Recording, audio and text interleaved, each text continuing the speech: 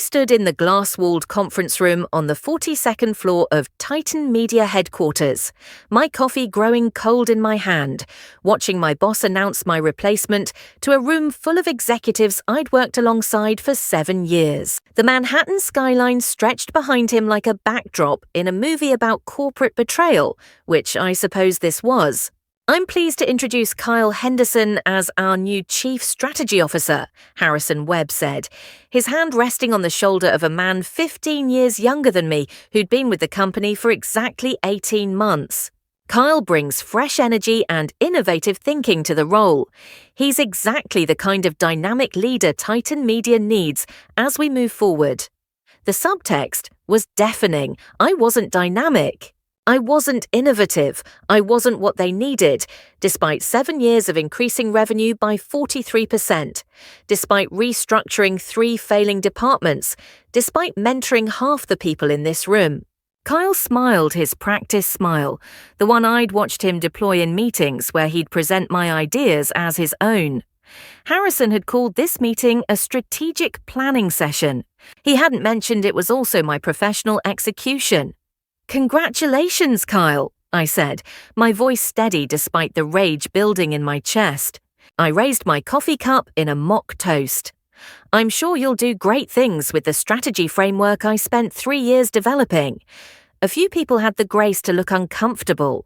Harrison's eyes narrowed slightly, but he recovered quickly, his smile never faltering. "Natasha has been invaluable to Titan Media, and we're grateful for her contributions. She'll continue in her current role as Senior Director, supporting Kyle's vision going forward. Supporting Kyle's vision, my vision.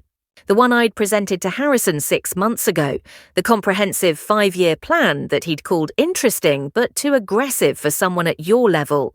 Apparently it was perfect for someone at Kyle's level, which was now above mine, despite his complete lack of strategic experience. "I'm looking forward to working with the team," Kyle said, and I noticed he didn't look at me. Smart. He knew what he'd done, knew what this moment meant, knew that looking me in the eye might crack his veneer of innocence. The meeting continued with PowerPoint slides outlining the new organizational structure. My name appeared on slide 7, buried 3 levels down from where I'd been, reporting to Kyle, who reported to Harrison, who reported to the CEO. I'd been demoted without technically being demoted, a corporate magic trick that let them claim they valued me while systematically destroying my authority. I sat through 45 more minutes of this performance, my face professionally neutral, making notes in my leather portfolio like I was engaged rather than calculating. When Harrison finally released us, people filed out quickly, avoiding my eyes. Only Priya, my closest colleague, paused at the door. "That was brutal," she whispered. "Are you okay?" "I'm fine," I lied. "Just another day in paradise. We should talk. Lunch. Can't today. I have something to take care of." Something was an understatement. I had 3 months of carefully laid plans to execute, starting with a phone call I'd been waiting to make since I'd first learned about this betrayal 12 weeks ago. I'd known this was coming, not the exact timing, but the shape of it. 3 months earlier, I'd overheard Harrison on a phone call in his office. The door had been ajar, and I'd been walking past to deliver a report. His voice had carried clearly. "Kyle's the future of this company. Young, aggressive, knows how to play the game. Natasha's good at what she does, but she's not executive material. Too careful, too analytical. We need someone with charisma, someone clients and investors respond to. You know how it is." I'd stood frozen in that hallway, the report clutched in my hands, listening to my 7 years of work dismissed as too careful, too analytical. Translation, too female. Because Kyle's reckless overconfidence was aggressive, while my data-driven approach was too careful. His ability to schmooze was charisma, while my substance was apparently invisible. I'd walked away from Harrison's office that day and made a decision. I wouldn't fight this openly. I wouldn't appeal to his sense of fairness or try to prove my worth through even more excellent work. I'd tried that for 7 years, and it had gotten me exactly here, publicly humiliated and professionally sidelined.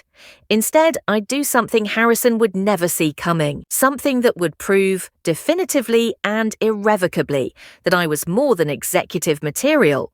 I was the only thing standing between Titan Media and its own destruction. But first, I had to let them think they'd won. I returned to my office, which suddenly felt smaller and less significant, and closed the door. Through the glass walls that supposedly promoted transparency, but really just meant everyone could watch everyone else's downfall, I could see Kyle moving into the corner office that should have been mine. Harrison was with him, laughing about something, two men congratulating themselves on maintaining the natural order of things. I pulled out my personal phone, the one I used for calls that didn't go through Titan's systems, and dialed a number I'd been collecting courage to call for weeks. Quantum Ventures, this is Amelia Cross's office. This is Natasha Chen. I caught myself. No, not Chen. Harrison had insisted I was too ethnic sounding for the executive track, had suggested I consider using my mother's maiden name professionally. Another sign I'd ignored for too long, Natasha Williams. I'm calling to follow up on our conversation from last month. Ms. Williams, yes. Ms. Cross has been expecting your call. One moment, please. The hold music was classical, expensive sounding.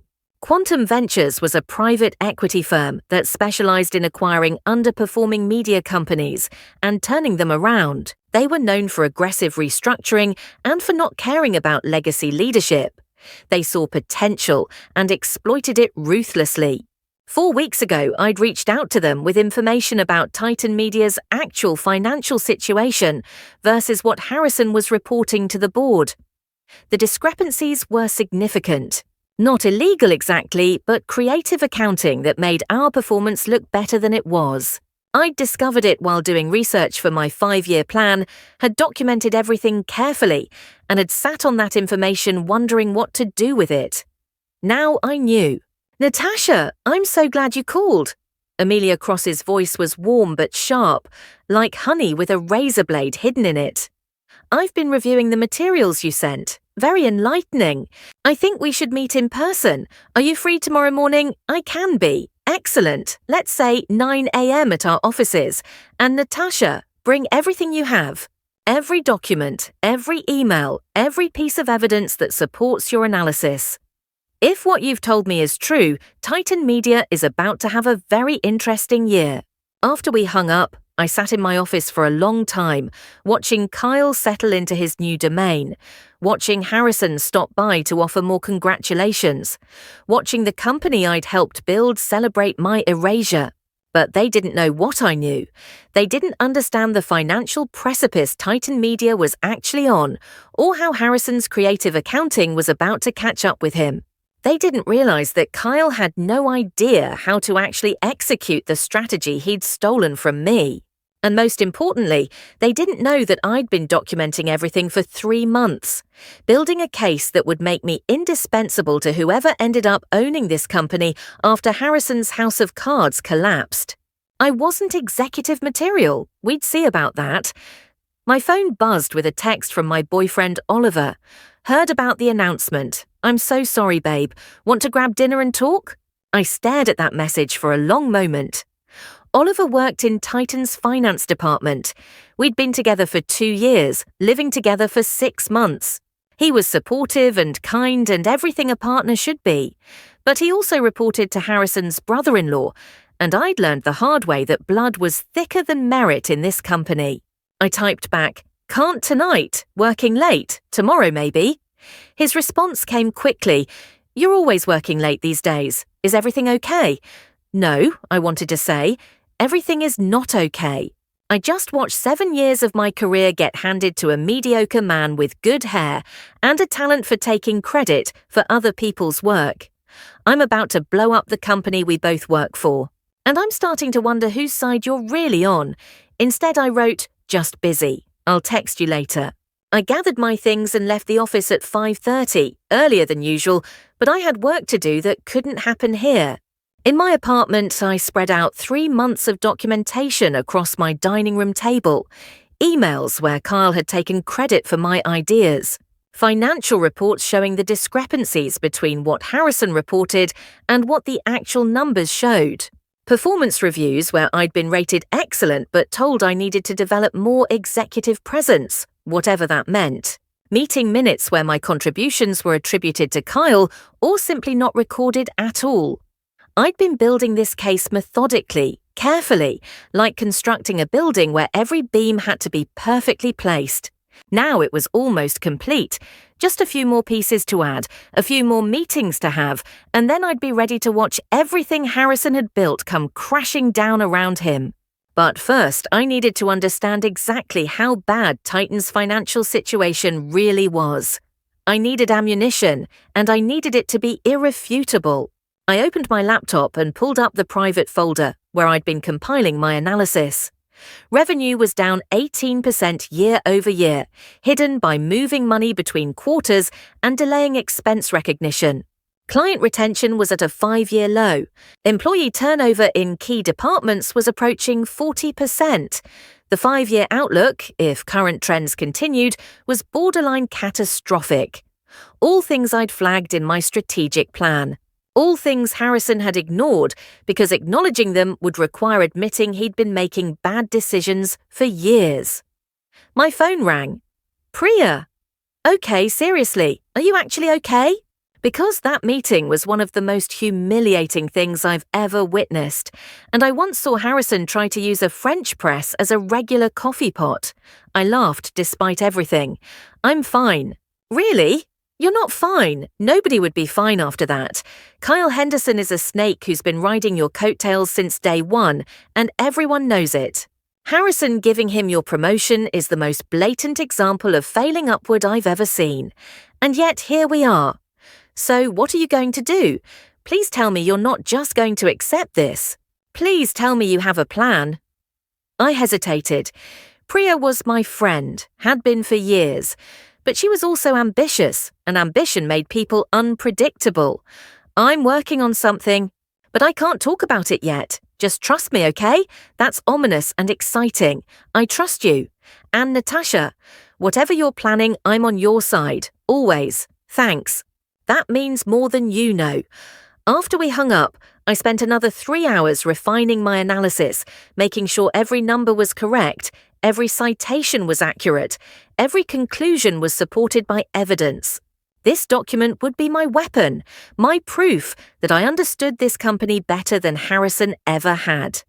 By the time I finished, it was past midnight. Oliver had texted twice more asking where I was. I'd responded vaguely both times. The truth was, I wasn't ready to go home yet. Home meant questions I wasn't ready to answer, concerns I wasn't prepared to address. Home meant Oliver, who worked for Harrison's family, who might have divided loyalties even if he didn't realize it yet. So I stayed at my dining room table, surrounded by evidence of corporate betrayal and my own meticulous planning. And I felt something I hadn't felt in months. Not anger, though that was there too. Not fear, though I'd be lying if I said I wasn't scared of what I was about to do. No, what I felt was power. The specific kind of power that comes from knowing something other people don't, from seeing several moves ahead on the board while everyone else is still celebrating their last victory. Harrison thought he'd won by promoting Kyle. He thought he'd neutralized me by keeping me in the organization but removing my authority. He thought I'd either quit in frustration or accept my diminished role and fade into irrelevance. He'd underestimated me completely, and that would be his downfall. I gathered all my documents, locked them in my safe, and finally went home. Oliver was asleep on the couch, waiting up for me, and losing the battle. I covered him with a blanket and went to bed alone, my mind already on tomorrow's meeting with Amelia Cross. Tomorrow, everything would change. Tomorrow, I'd set in motion events that would reshape Titan Media's future.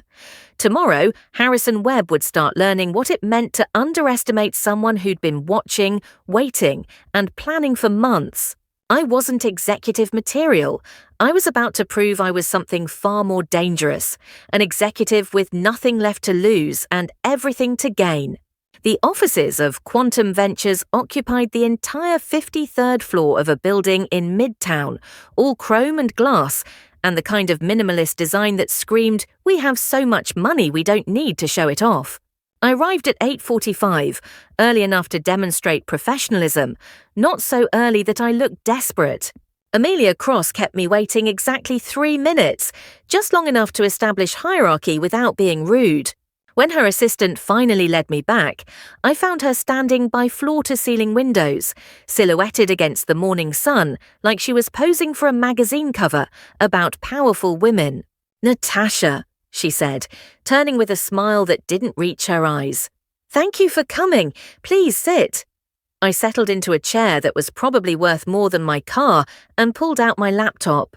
"Thank you for meeting with me. I know you're busy, never too busy for interesting opportunities. And what you sent me last month was very interesting indeed." She sat across from me, crossing her legs, her entire posture radiating confidence. "Tell me, what prompted you to reach out to us? You've been with Titan Media for 7 years. That's significant loyalty in this industry. Loyalty goes both ways. When it's no longer reciprocated, it stops being a virtue and becomes a liability. Spoken like someone who's been burned. Let me guess, you were passed over for a promotion you deserved? Yesterday, they gave my role to a man with a fraction of my experience and a talent for taking credit for other people's work." Amelia's smile widened slightly. "How predictable. Harrison Webb has a pattern of promoting men who remind him of his younger self while marginalizing women who threaten his ego. We've been watching him for a while now. Your reaching out simply accelerated our timeline. I processed that information. You were already looking at Titan Media.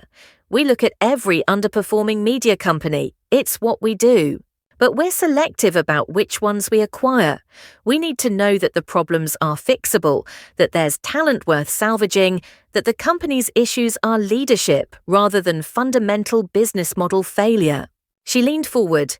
"Your analysis suggests all 3 conditions are met. Tell me if I'm right." I opened my laptop and pulled up the presentation I'd prepared. Titan Media's core business is sound. We have excellent client relationships, strong brand recognition, talented staff. The problems are all at the executive level.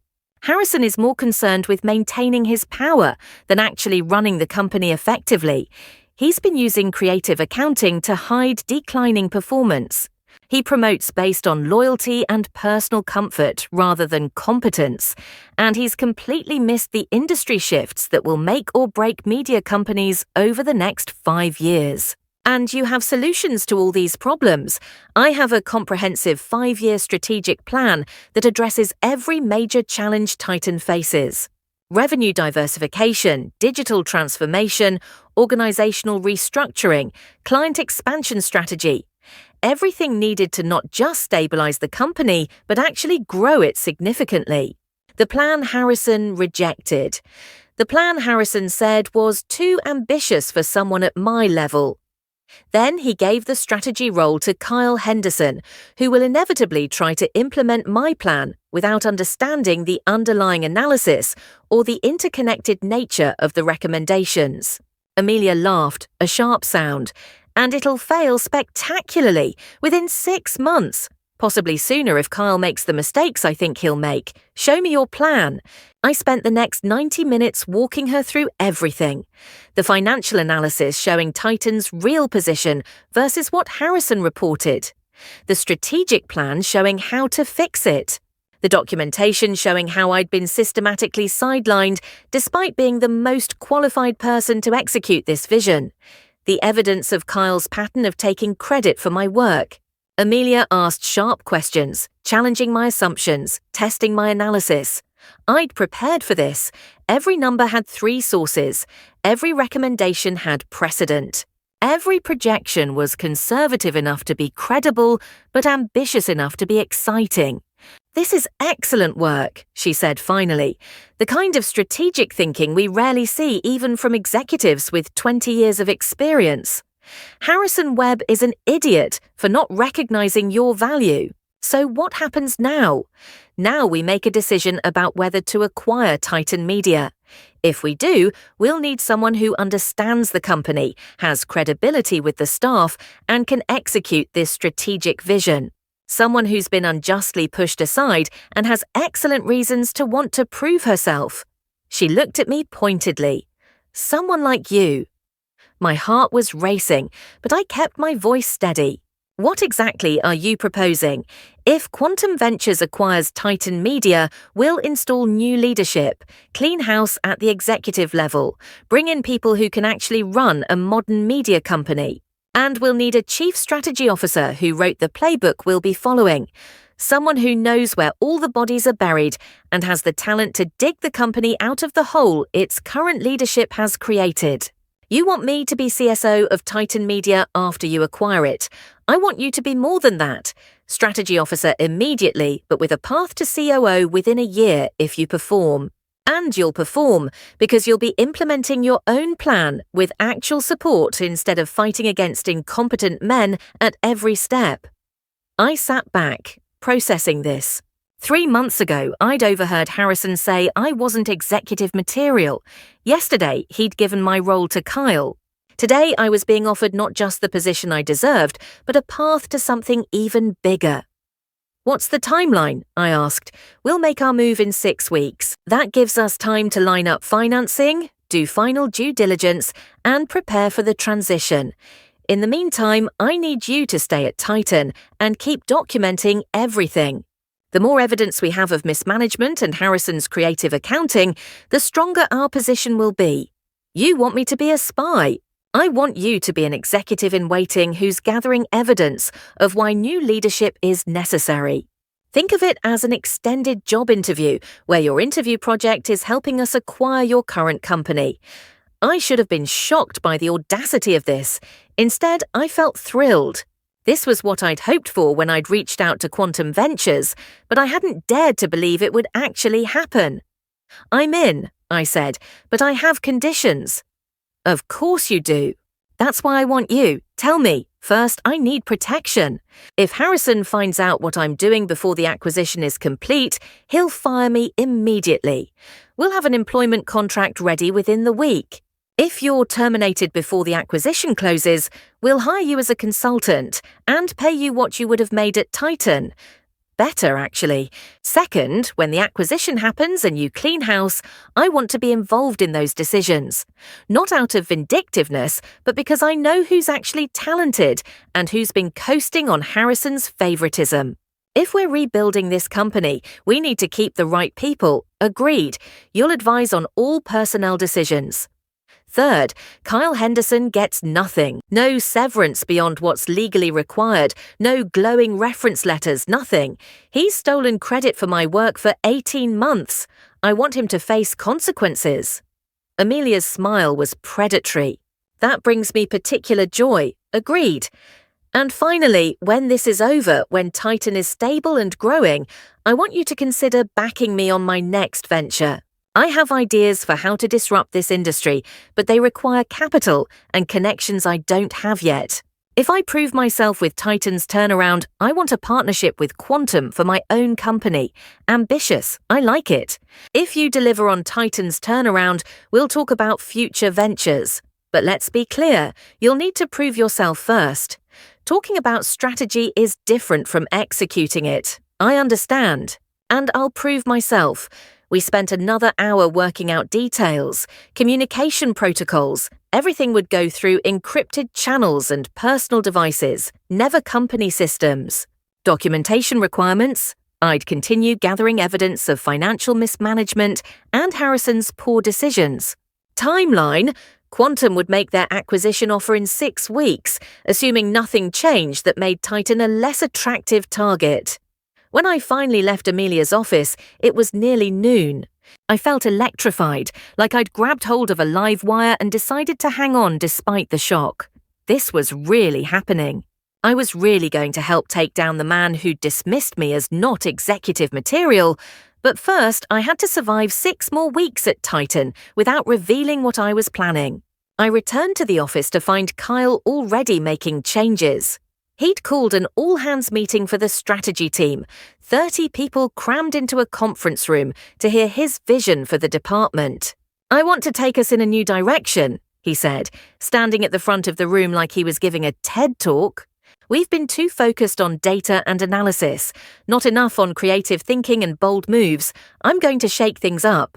I sat in the back, watching him essentially describe dismantling everything I'd built. The data frameworks that helped us make informed decisions? Too constraining. The client research process that ensured we understood needs before proposing solutions? Too slow. The peer review system that caught bad ideas before they reached clients?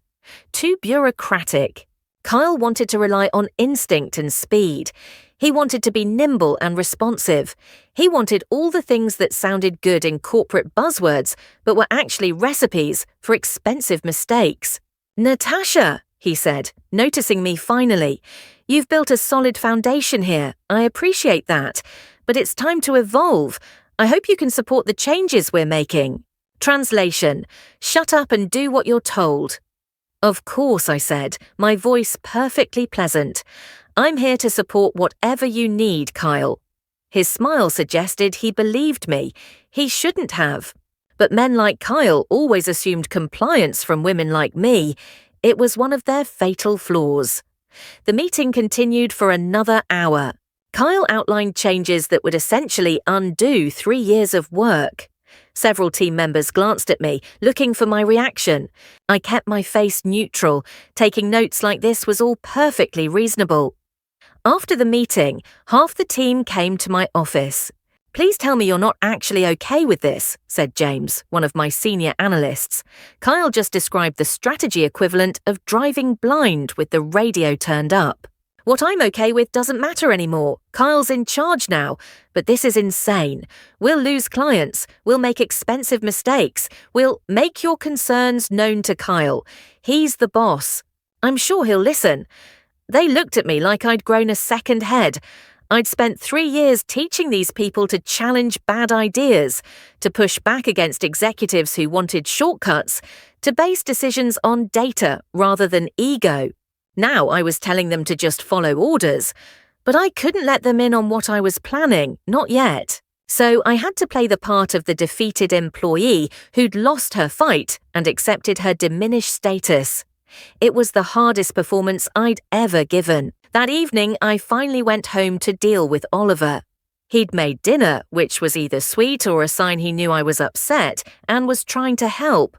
Hard to tell sometimes. Hey, he said when I walked in. Long day? You could say that. Want to talk about it? I sat down at the kitchen table, suddenly exhausted. Not really. But I probably should.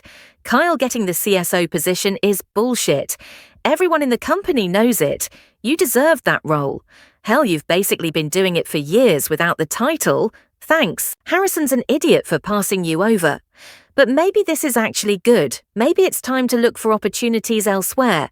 You could go somewhere that actually values you. I looked at him carefully. Would you come with me if I left Titan? Of course.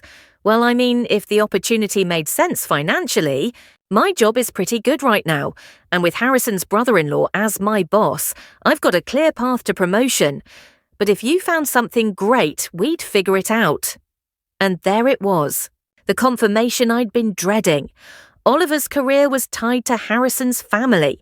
If I destroyed Harrison, I'd be destroying Oliver's career prospects too. And he'd just made it clear that his job security mattered as much as supporting me. I'm not going anywhere right away, I said carefully. I need to think about my options. Good. Don't make any rash decisions. You're upset right now, understandably, but Titan's still a good company. Maybe Kyle will crash and burn, and Harrison will realize his mistake. Maybe. We ate dinner, making small talk about everything except what mattered. Oliver told me about his day, about office gossip, about plans for the weekend. I listened and responded appropriately, but my mind was elsewhere. 6 weeks until Quantum made their move. 6 weeks of pretending everything was fine while secretly building the case that would destroy the company structure Oliver depended on. I needed to tell him, eventually, but not yet. Not when everything was so precarious, not when one wrong word could derail everything. After dinner, I retreated to the spare bedroom I used as a home office. Oliver didn't follow, which was a relief. I needed time to process today's meeting with Amelia, to start planning the next 6 weeks, to figure out how to survive at Titan while secretly working toward its takeover. My phone buzzed, a text from Priya. Kyle just sent out new team assignments. He's giving your biggest projects to Tyler and Austin. This is ridiculous. Tyler and Austin were the 2 analysts Kyle had hired, both fresh out of business school, both eager to please, both completely unprepared to handle complex client strategy work. I typed back, let them. If Kyle wants to learn the hard way, that's his choice. You're being way too calm about this. It's weird. I'm tired of fighting battles I can't win. If Kyle wants to run things differently, he gets to face the consequences. Okay, that's even weirder. The Natasha I know would never just give up. I'm not giving up. I'm choosing my battles more carefully. That was true, just not in the way Priya thought. I wasn't giving up. I was fighting smarter than I'd ever fought before. I was fighting the kind of battle that corporate warriors like Kyle and Harrison never saw coming because it happened outside the visible arena of office politics and org charts. I pulled up my private files and started a new document, Week 1 post-announcement. Over the next 6 weeks, I'd chronicle everything, Kyle's mistakes, Harrison's continued misrepresentation of financial performance, client feedback, team morale, every piece of evidence that supported Quantum's acquisition case. It was tedious work, but it was also satisfying in a way that my regular job had stopped being, because every note I made, every email I saved, every conversation I documented was another brick in the case I was building. Every mistake Kyle made was another piece of evidence that I should have had his job, and in 6 weeks, everyone would see it. The first 2 weeks after Kyle's promotion established a pattern. He'd make a decision without consulting anyone who actually knew what they were doing. I'd bite my tongue and not object. The decision would start showing cracks. Kyle would panic and come to my office asking for help fixing it, without admitting he'd made a mistake in the first place. "Hey, Natasha, you got a minute?" he'd say, always phrasing it like he was doing me a favor by including me. Of course. What's up? The Silverman account. You handled their last strategy refresh, right? They're asking some questions about our new approach, and I thought you might have context. Translation: I have no idea what I'm doing, and the client can tell. I'd spend an hour explaining the client's actual needs, walking Kyle through the strategy I'd developed over months of research and relationship building, watching him take notes on my insights like he was learning for the first time what I'd already documented extensively. "This is great," he'd say. "Really helpful. I'll take it from here." Then he'd take my explanations, package them slightly differently, and present them as his own thinking. The clients would be satisfied temporarily, but Kyle learned nothing about how to actually develop strategy. He was a parrot, repeating sounds without understanding meaning. I documented all of it. Every time he asked for help, every time he took credit for saving a client relationship I'd actually saved, every decision he made that contradicted established strategy, every meeting where he promised things we couldn't deliver. 2 weeks in, the first major crisis hit. Kyle had promised a Fortune 500 client a comprehensive digital transformation strategy in 4 weeks. The normal timeline for that scope of work was 12 weeks minimum. He'd made the promise in a new business pitch, trying to show how nimble his new approach was. James came to my office looking panicked. Kyle just assigned the Titanics project to me and Austin. 4 weeks for a full digital transformation strategy? That's impossible. Did you tell him that? He said we needed to be more creative, that the old way of doing things was too slow.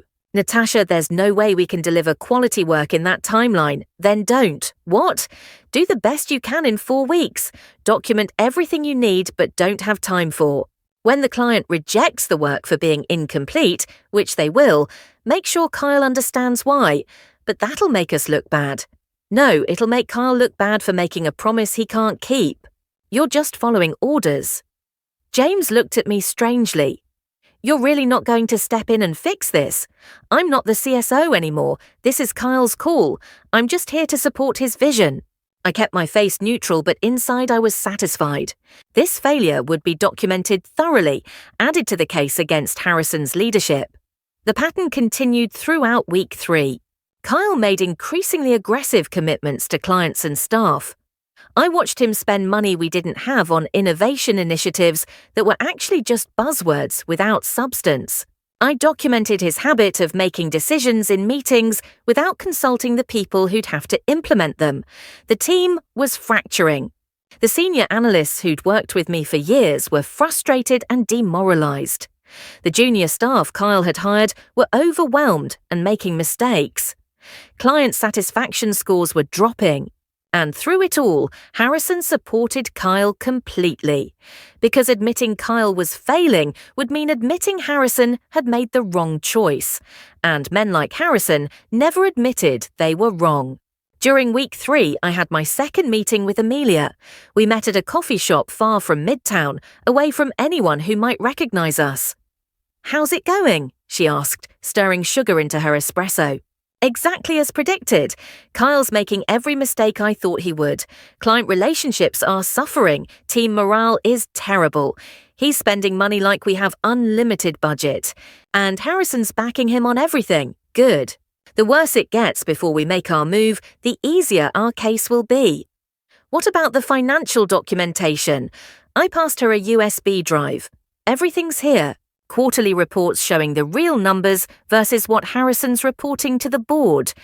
Email chains where he's directing staff to categorize expenses in ways that hide the actual financial situation. Client retention data showing we're losing business. This is excellent. Our analysts will go through everything, but based on what you're describing, this is exactly what we need." She paused, studying me. "How are you holding up?" "This can't be easy, watching your work get destroyed. I'm angry, but I'm also motivated. Every bad decision Kyle makes, every client we risk losing, every talented employee who's thinking about leaving, it's all evidence that I should have had that role, that I still should have it." "You will? 6 weeks total, you said? So 3 weeks from now, we'll make our formal offer to Titan's board. Quantum's acquisition offer will be generous enough that they can't refuse. We'll promise to maintain operations and protect jobs, which is more than Titan can guarantee, given their current trajectory. And then we'll install new leadership, starting with you. What about Harrison, terminated immediately, along with Kyle and anyone else at the executive level who's more interested in politics than performance?" Amelia's smile was sharp. "Don't worry, Natasha. Everyone who underestimated you is going to face consequences." After our meeting, I returned to the office feeling energized. 3 more weeks of playing the obedient employee. 3 more weeks of letting Kyle hang himself with his own incompetence. 3 more weeks until everyone saw what I'd known all along. But that afternoon, something unexpected happened. Harrison called me into his office. "Natasha, sit down. We need to talk." I sat, keeping my face neutral despite my racing heart. Had he found out about my meetings with Quantum? Had someone seen me with Amelia? "I want to address the elephant in the room," Harrison said. "You're upset about Kyle's promotion. I understand that. But I need to know if you're committed to supporting him or if you're going to be a problem. I've been nothing but supportive, have you? Because I'm hearing that you're not speaking up in meetings anymore, that you're letting Kyle make mistakes instead of helping him succeed. That feels like passive-aggressive resistance to me." I chose my words carefully. "You told me I'm here to support Kyle's vision. That's what I'm doing. If he wants my input, he knows where my office is. But I'm not going to push my ideas on someone who's been empowered to take a different approach. That's exactly what I'm talking about, that attitude. Kyle needs your support, not your wounded pride getting in the way. Harrison, you gave him my job. You made it clear that my approach wasn't what this company needed. Now you're upset that I'm not forcing my approach on him. You can't have it both ways." His face reddened. "I gave Kyle the CSO role because he's better suited for where this company is going. But that doesn't mean you're not valuable in a supporting capacity. I need you to step up and actively help him succeed. I am helping him. Every time he asks me a question, I answer it. Every time he needs context, I provide it. What more do you want from me? I want you to care. I want you to be invested in this company's success instead of sitting back and watching Kyle struggle so you can say, I told you so. I stood up, finally letting some genuine emotion into my voice. You want me to care? Harrison, I spent 7 years caring about this company. I increased revenue 43%. I restructured failing departments. I developed a comprehensive strategic plan that could have taken us to the next level. And you thanked me by giving my role to someone with 18 months of experience and a habit of taking credit for my work. So, forgive me if my enthusiasm for caring has diminished somewhat. This is exactly what I'm talking about. This attitude. This attitude is what happens when excellent work gets you nowhere because you're not part of the boys' club. Kyle gets to fail upward while I get to watch and smile and pretend it's fine. Well, I am smiling and pretending it's fine. What more do you want? We stared at each other across his desk. I could see him trying to decide if this was insubordination worth punishing or just an employee venting justified frustration. I want you to be a team player, he said finally. Can you do that? I've always been a team player, Harrison. The question is whether you recognize it when you see it. I left his office before he could respond, my heart pounding. That had been riskier than I'd intended. I needed to stay under the radar for 3 more weeks, not provoke Harrison into firing me early. But his accusation had struck a nerve. He wanted me to actively help Kyle succeed at the job that should have been mine.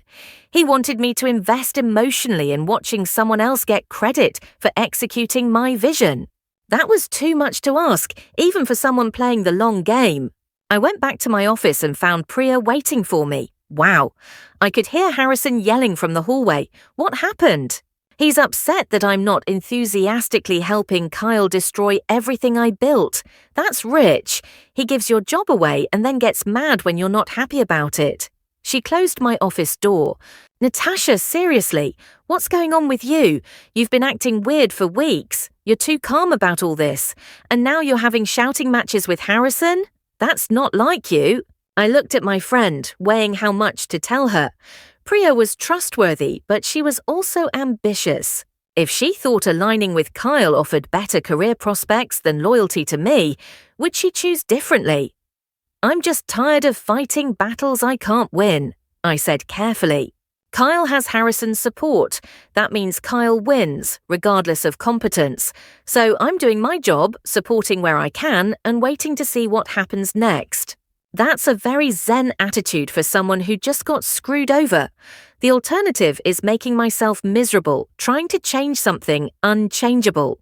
I'm choosing to accept reality and focus on what I can control. Priya studied me, not quite believing but not knowing how to challenge my explanation. Okay, but if you need anything, if you want to talk, I'm here. And for what it's worth, half the department thinks this whole situation is garbage. Thanks, that actually does help.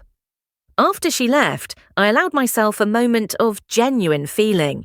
Anger at Harrison for his accusations, frustration at having to perform subordination to someone less qualified, fear that I'd pushed too hard in his office and endangered the plan. But underneath all that, satisfaction. Because Harrison was scared. He could feel Kyle struggling, could sense the department's morale dropping, could see the cracks forming in the decision he'd made. And instead of admitting the mistake, he was trying to make me fix it for him. That night, I didn't go home right away. Instead, I went to the gym and ran until my lungs burned and my legs ached. Physical pain was simpler than the emotional complexity of what I was doing. Physical exhaustion was easier to manage than the constant vigilance required to play my role convincingly. When I finally got home around 9, Oliver was in bed reading. Rough day? He asked as I collapsed beside him. The roughest. Harrison basically told me I need to actively help Kyle succeed or I'm not a team player. That's ironic, considering he's the one who gave your job to Kyle in the first place. Exactly what I said. He didn't appreciate it. Oliver set down his book and looked at me seriously. Babe, I'm worried about you. You're working crazy hours, you're stressed, and it feels like things at Titan are only getting worse. Maybe it really is time to start looking for something else. Maybe? I'm serious. You're too talented to stay somewhere that doesn't value you. There are other companies, better companies. And what about you? What about your career at Titan? I'll figure it out.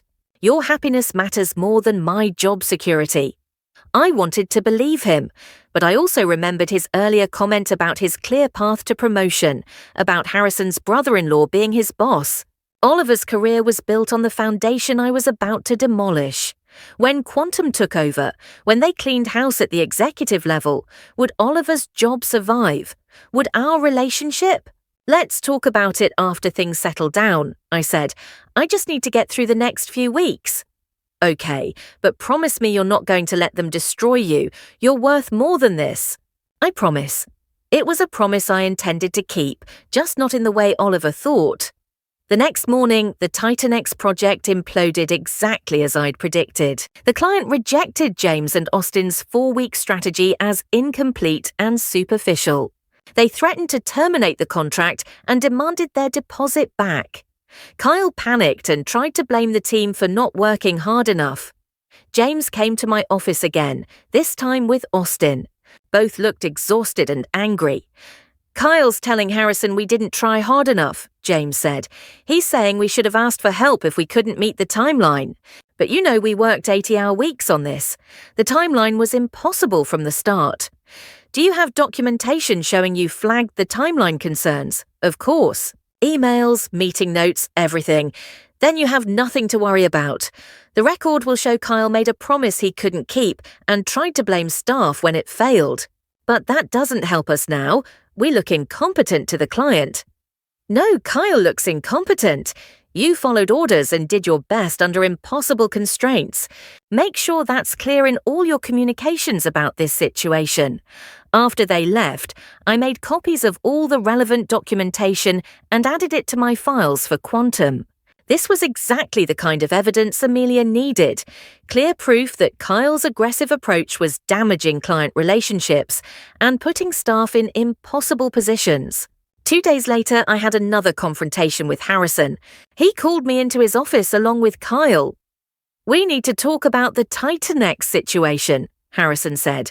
Natasha, you've worked with them for years. Kyle tells me you could have prevented this failure if you'd been more actively involved. I looked at Kyle, who wouldn't meet my eyes. He'd actually blamed this on me. Kyle made a 4-week timeline commitment for work that normally takes 12 weeks, I said calmly. I wasn't consulted before that commitment was made.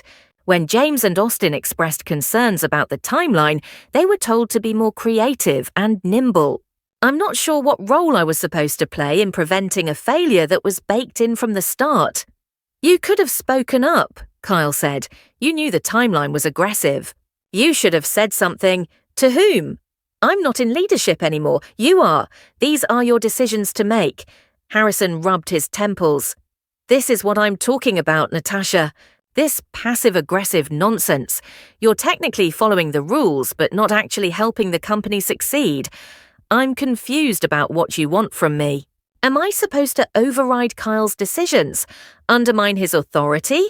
Tell clients he doesn't know what he's doing? Of course not. Then what? You gave him the CSO role because you believed he could do it.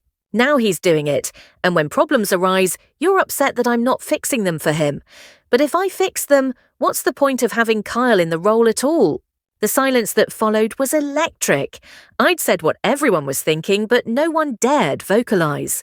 Kyle wasn't qualified, everyone knew it, and Harrison was trying to make me responsible for covering up that reality. You're being insubordinate, Harrison said finally. I'm being honest. There's a difference. Get out. Both of you.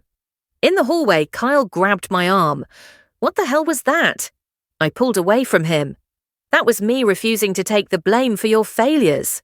You wanted this role, Kyle. You lobbied for it. You sold Harrison on your vision. You promised you could do it. Now you're doing it, and it's not going well. That's not my problem to solve. I thought we were colleagues. I thought you'd support me. We are colleagues. We're just not friends. And support doesn't mean making your mistakes disappear. He looked genuinely confused, like he'd actually believed I'd be happy to help him succeed at the job he'd stolen from me. The entitled assumption of it was almost impressive. I went back to my office and immediately documented the conversation. Then I sent an encrypted message to Amelia. Things are accelerating. Kyle is failing faster than projected. Harrison is getting desperate, may need to move up timeline. Her response came 20 minutes later. Hold steady. 2 more weeks, then we move. Can you last that long without getting fired? I'll make it work. But that was proving harder than I'd expected. Harrison was clearly losing confidence in Kyle, but was too invested in his decision to admit the mistake. Kyle was flailing and trying to drag me down with him. The team was fracturing as people chose sides or tried to stay neutral, and I was stuck in the middle, trying to appear compliant while secretly compiling evidence of everyone's incompetence. That evening, I went home to find Oliver already there, which was unusual. He normally worked late on Thursdays. "We need to talk," he said, and my stomach dropped. Those 4 words never led anywhere good. About what? About us. About what's happening at work. About why you've been acting so strange lately. I sat down across from him, trying to prepare for whatever was coming. "I heard something today," he continued, "from someone in finance. There are rumors that an outside firm has been asking questions about Titan, about our financial performance, our client retention, our internal operations. The kind of questions someone would ask if they were considering an acquisition." My heart was racing, but I kept my face neutral. So when I heard that, I immediately thought of you. The timing is too convenient. You get passed over for promotion, start acting strange, and suddenly there are acquisition rumors. Natasha, are you talking to outside firms about Titan? I had a choice. I could lie, protect the secret for 2 more weeks, keep Oliver in the dark. Or I could trust him, bring him into the plan, and risk everything if his loyalties were divided. "Yes," I said finally. "I've been working with a private equity firm that's interested in acquiring Titan." His face went through several emotions. Shock, hurt, anger, fear. "You're trying to get the company taken over." "I'm trying to fix a situation where incompetent men are running a company into the ground while talented people are sidelined. Quantum Ventures can save Titan. Harrison and Kyle are destroying it." "Quantum Ventures? That's who you're working with?" He stood up, pacing. "Natasha, they're vultures. They buy companies and strip them for parts. They fire people. They eliminate positions. They install competent leadership and turn around failing companies, which is what Titan needs. And what about me? What about my job? Harrison's brother-in-law is my boss. When Quantum cleans house, you think they're going to keep me around? That depends on whether you're actually good at your job or just connected to the right people." He stared at me like I was a stranger. "You're willing to destroy my career to get revenge on Harrison? I'm not destroying anything. Harrison's incompetence is destroying Titan. I'm giving the company a chance to survive under better leadership. If your career can't survive based on your own merit rather than family connections, maybe that says more about you than about me." That's cold, Natasha. That's really cold. It's honest. Which is apparently something we haven't been good at with each other lately. We stood there in our living room, 2 people who'd shared a life for 2 years, suddenly facing the reality that our paths were diverging. Oliver's career depended on the status quo. My future depended on destroying it. There wasn't room for both. "I need to think," he said finally. "I need to process this." "Okay. Are you going to tell me everything? Your whole plan, the timeline, what happens next?" "No. Because I don't know if I can trust you not to warn Harrison. I would never—" He stopped, realizing the truth of my words. His loyalties were divided. His job, his career trajectory, his professional relationships all depended on Harrison's family. Could he really keep my secret if it meant protecting those things? "I need time," he said again, and left the apartment.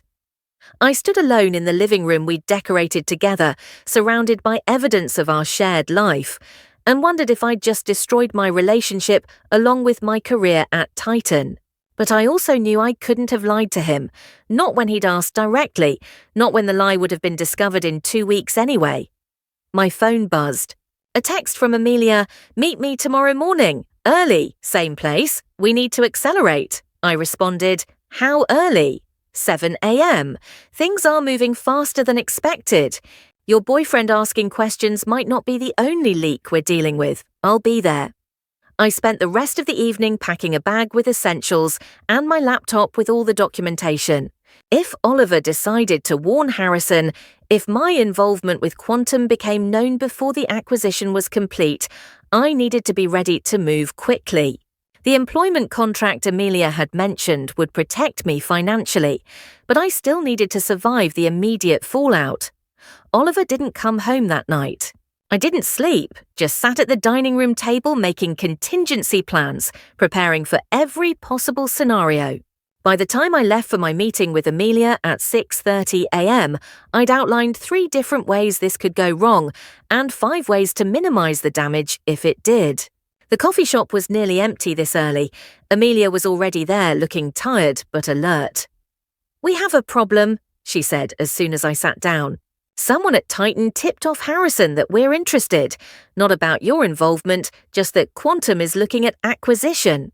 He started making defensive moves, talking to the board about their obligations, consulting with lawyers, probably trying to make Titan look less attractive as a target.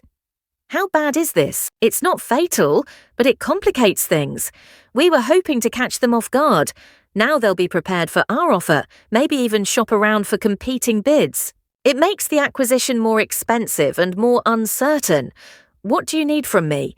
I need to know if you're the leak. Did you tell anyone about our arrangement? Only Oliver, my boyfriend.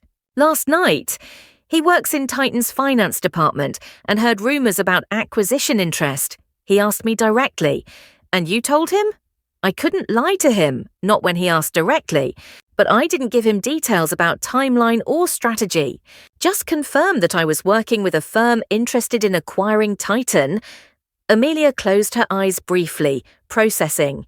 He might have warned Harrison, or he might be planning to. Either way, we need to assume our cover is blown. That changes our strategy. How? We move up the timeline. Instead of 2 more weeks of documentation, we make our offer to Titan's board on Monday. That's 4 days from now. It'll be lower than we'd planned because we have less ammunition, but we can't risk Harrison making Titan look healthy enough that the board rejects our offer. Monday, I repeated, feeling my stomach flip. That soon? That soon? Which means you need to get me everything you have by Sunday night. Every document, every email, every piece of evidence. We'll work over the weekend to build our case, then present to the board Monday morning. This is it, Natasha. Are you ready? I'm ready. Good, because once we make this move, there's no going back. You'll be burning every bridge at Titan. Everyone will know you were working with us. Kyle will know, Harrison will know, your whole team will know. You need to be prepared for that. I am. Are you? Because in my experience, people think they're ready for the fallout until it actually happens. Your colleagues will feel betrayed. Your boyfriend might leave you. Your professional reputation in this industry might take a hit. People don't like corporate turncoats, even when the turncoat is right. I'm not a turncoat. I'm someone who's trying to save a company from incompetent leadership. If people can't see that, that's their problem. Spoken like someone who hasn't experienced professional exile. But okay. You're committed. Get me everything by Sunday night. We'll prepare our presentation Monday morning. And Natasha, once this starts, stay strong, because it's going to get ugly before it gets better. I spent the rest of Friday organizing every piece of documentation I'd collected. Emails, financial reports, client feedback, performance reviews, meeting minutes, strategy documents. Everything that showed a pattern of poor leadership, financial misrepresentation, and systematic marginalization of competent employees. By Friday evening, I had 3 thumb drives with complete records and a backup stored in encrypted cloud storage. If something happened to the physical copies, the evidence would survive. Oliver still hadn't come home. I texted him, "We need to talk. I know you're upset, but we should discuss this like adults." His response came an hour later. "I need more time. I'm staying at Brian's place for the weekend." Brian was his best friend from college, which meant Oliver was probably telling Brian everything, which meant more people knew about my involvement with Quantum. The circle of knowledge was expanding, and with it, the risk of premature exposure. But there was nothing I could do about that now except move forward with the plan and hope Monday came before the rumors destroyed everything. Saturday morning, I received an unexpected text from Priya. "Are you around? I really need to talk to you. It's important." We met at a coffee shop in Brooklyn, far from anywhere we might be recognized. Priya looked stressed, dark circles under her eyes suggesting she hadn't slept much lately either. "Okay, I'm just going to say this," she started. "There are rumors about you working with an outside firm to get Titan acquired, about you gathering documentation about Harrison and Kyle's mistakes, about you planning some kind of corporate takeover. Please tell me these are just rumors." I took a breath, making a decision. Priya had been my friend for years. She deserved honesty. They're not just rumors. Her face went through the same series of emotions Oliver's had. "Oh my God, Natasha, what have you done?" What I should have done when Harrison first dismissed me as not executive material. I found people who value competence over gender and are willing to back me. You're trying to get the company taken over? I'm trying to save it from people who are destroying it. Harrison's creative accounting is hiding massive problems. Kyle's incompetence is losing clients. The company is headed for disaster, and I'm offering an alternative. By working with Quantum Ventures. Natasha, they're ruthless. They fire people. They gut departments. They turn around failing companies, which is more than Harrison's doing. And what about the rest of us? What about people who depend on their jobs at Titan? You're willing to risk everyone's careers for your revenge? This isn't revenge. This is preventing a disaster. If things continue the way they're going, Titan won't exist in 2 years. At least with Quantum, there's a chance. Priya sat back, processing. "How long have you been planning this?" 3 months. Since I overheard Harrison tell someone I wasn't executive material. 3 months. All that time you've been acting like you'd accepted what happened. You were actually planning to destroy the company. I'm not destroying it. I'm trying to save it, from your perspective. But Natasha, has it occurred to you that you might be wrong? That maybe Harrison and Kyle deserve a chance to figure things out? That blowing everything up might cause more harm than good? Kyle's already proving he can't do the job. The Titan X debacle, client satisfaction dropping, team morale at an all-time low. How much more evidence do you need? I need evidence that your solution is better than the problem. And I'm not seeing it. You're so focused on being right, on proving you should have gotten Kyle's job, that you can't see how selfish this is. That stung because part of me worried she was right. Was I doing this to save Titan or to prove a point? Was I helping the company or just getting revenge in a way that let me claim moral high ground? "What are you going to do?" I asked. "Are you going to tell Harrison?" She was quiet for a long moment. "I don't know. Part of me thinks you're completely wrong and I should warn him. But part of me remembers every time you were right and got ignored. Every idea you had that Kyle took credit for. Every contribution you made that Harrison dismissed. Maybe you're not completely wrong about this, so you're not going to tell him. I'm not going to decide right now. But, Natasha, if you go through with this, if Quantum actually acquires Titan, our friendship is probably over. I can't work for someone who betrayed the company. I'm not betraying it. I'm trying to fix it. That's what you keep saying. I hope you're right. Because if you're wrong, you're destroying a lot more than just Harrison's ego." We parted ways with an awkward hug that felt like goodbye. I watched her walk away and wondered how many more relationships I'd sacrifice before this was over. That afternoon, I delivered all my documentation to Amelia's office. She had a team of analysts waiting, people who'd spend the weekend going through everything I'd provided and building the case for acquisition. "This is comprehensive work," Amelia said, flipping through files. Everything we need is here. Harrison's creative accounting, Kyle's pattern of incompetence, declining client satisfaction, employee morale issues. You've built a textbook case for why new leadership is necessary. So we're good for Monday, we're good. The board meeting is set for 10 a.m. We'll present our offer, generous valuation, promises to maintain operations and protect jobs, commitment to turning the company around. They'll have 48 hours to respond. My guess is they'll accept quickly. Titan's situation is worse than the board realizes, and our offer gives them an exit before things get catastrophic. And after?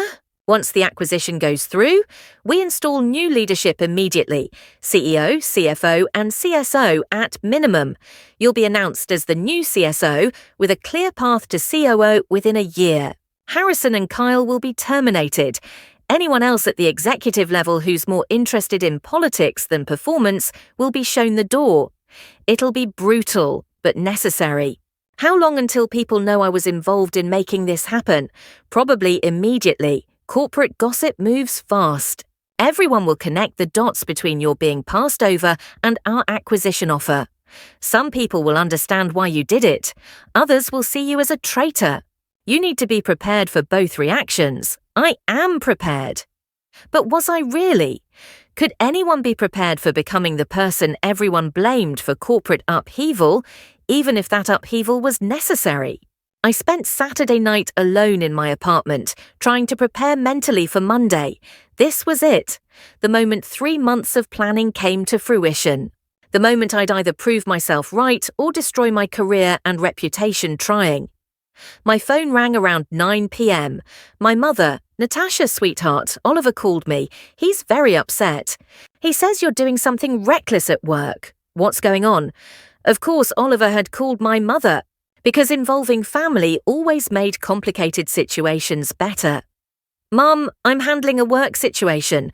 Oliver's upset because it might affect his job. He says you're trying to get your company taken over. That doesn't sound like handling a situation. That sounds like corporate sabotage.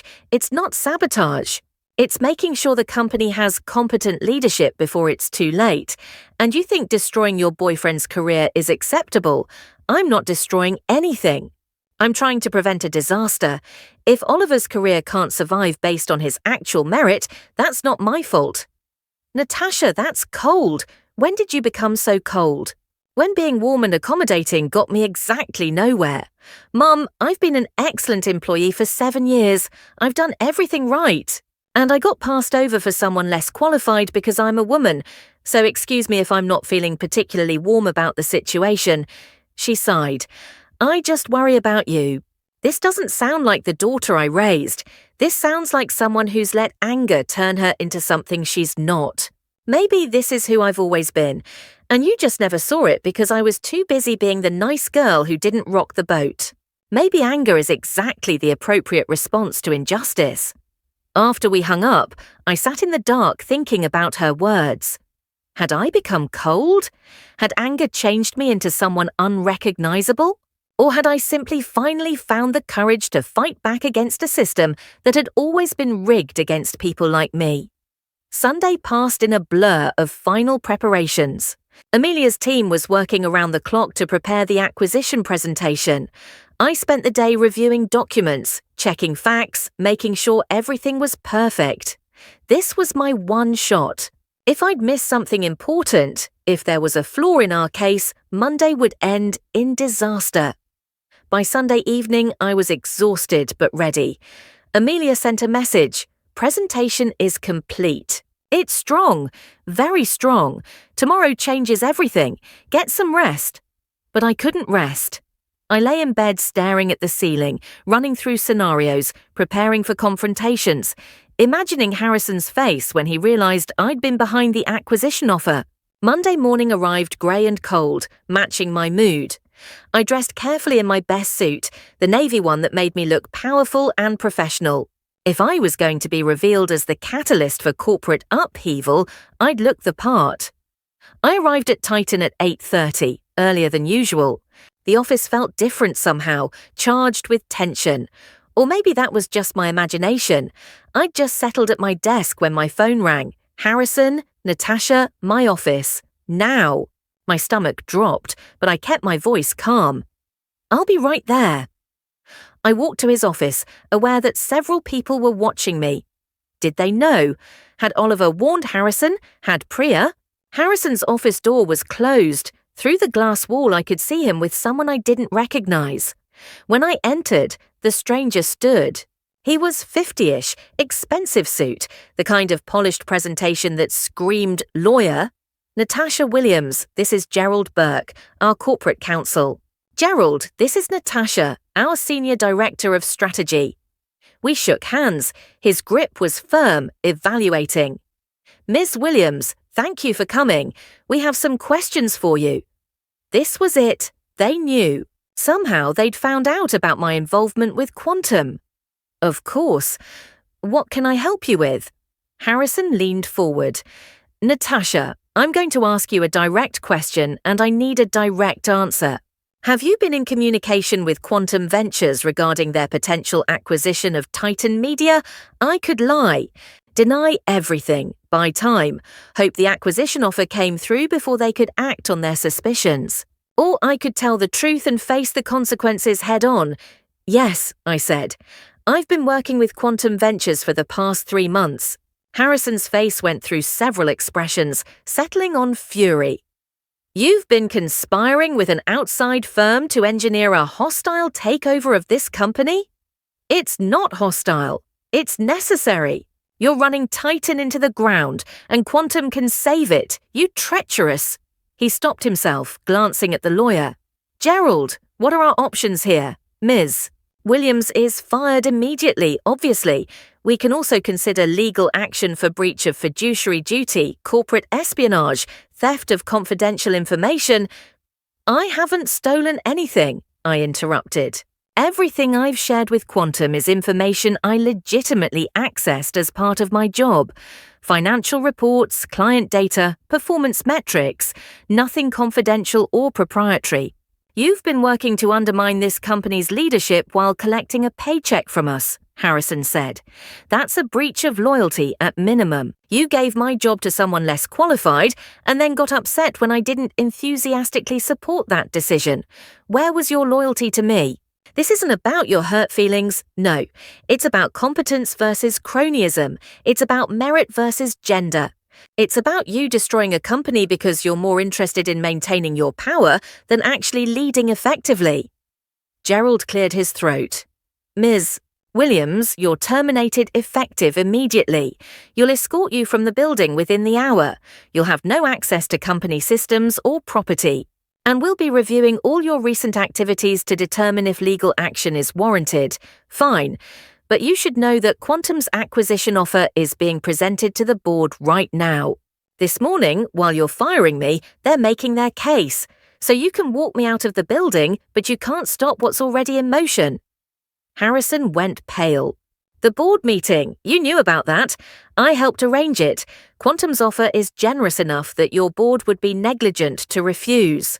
And their case for new leadership is comprehensive enough that you'll be terminated along with Kyle within a week of the acquisition closing.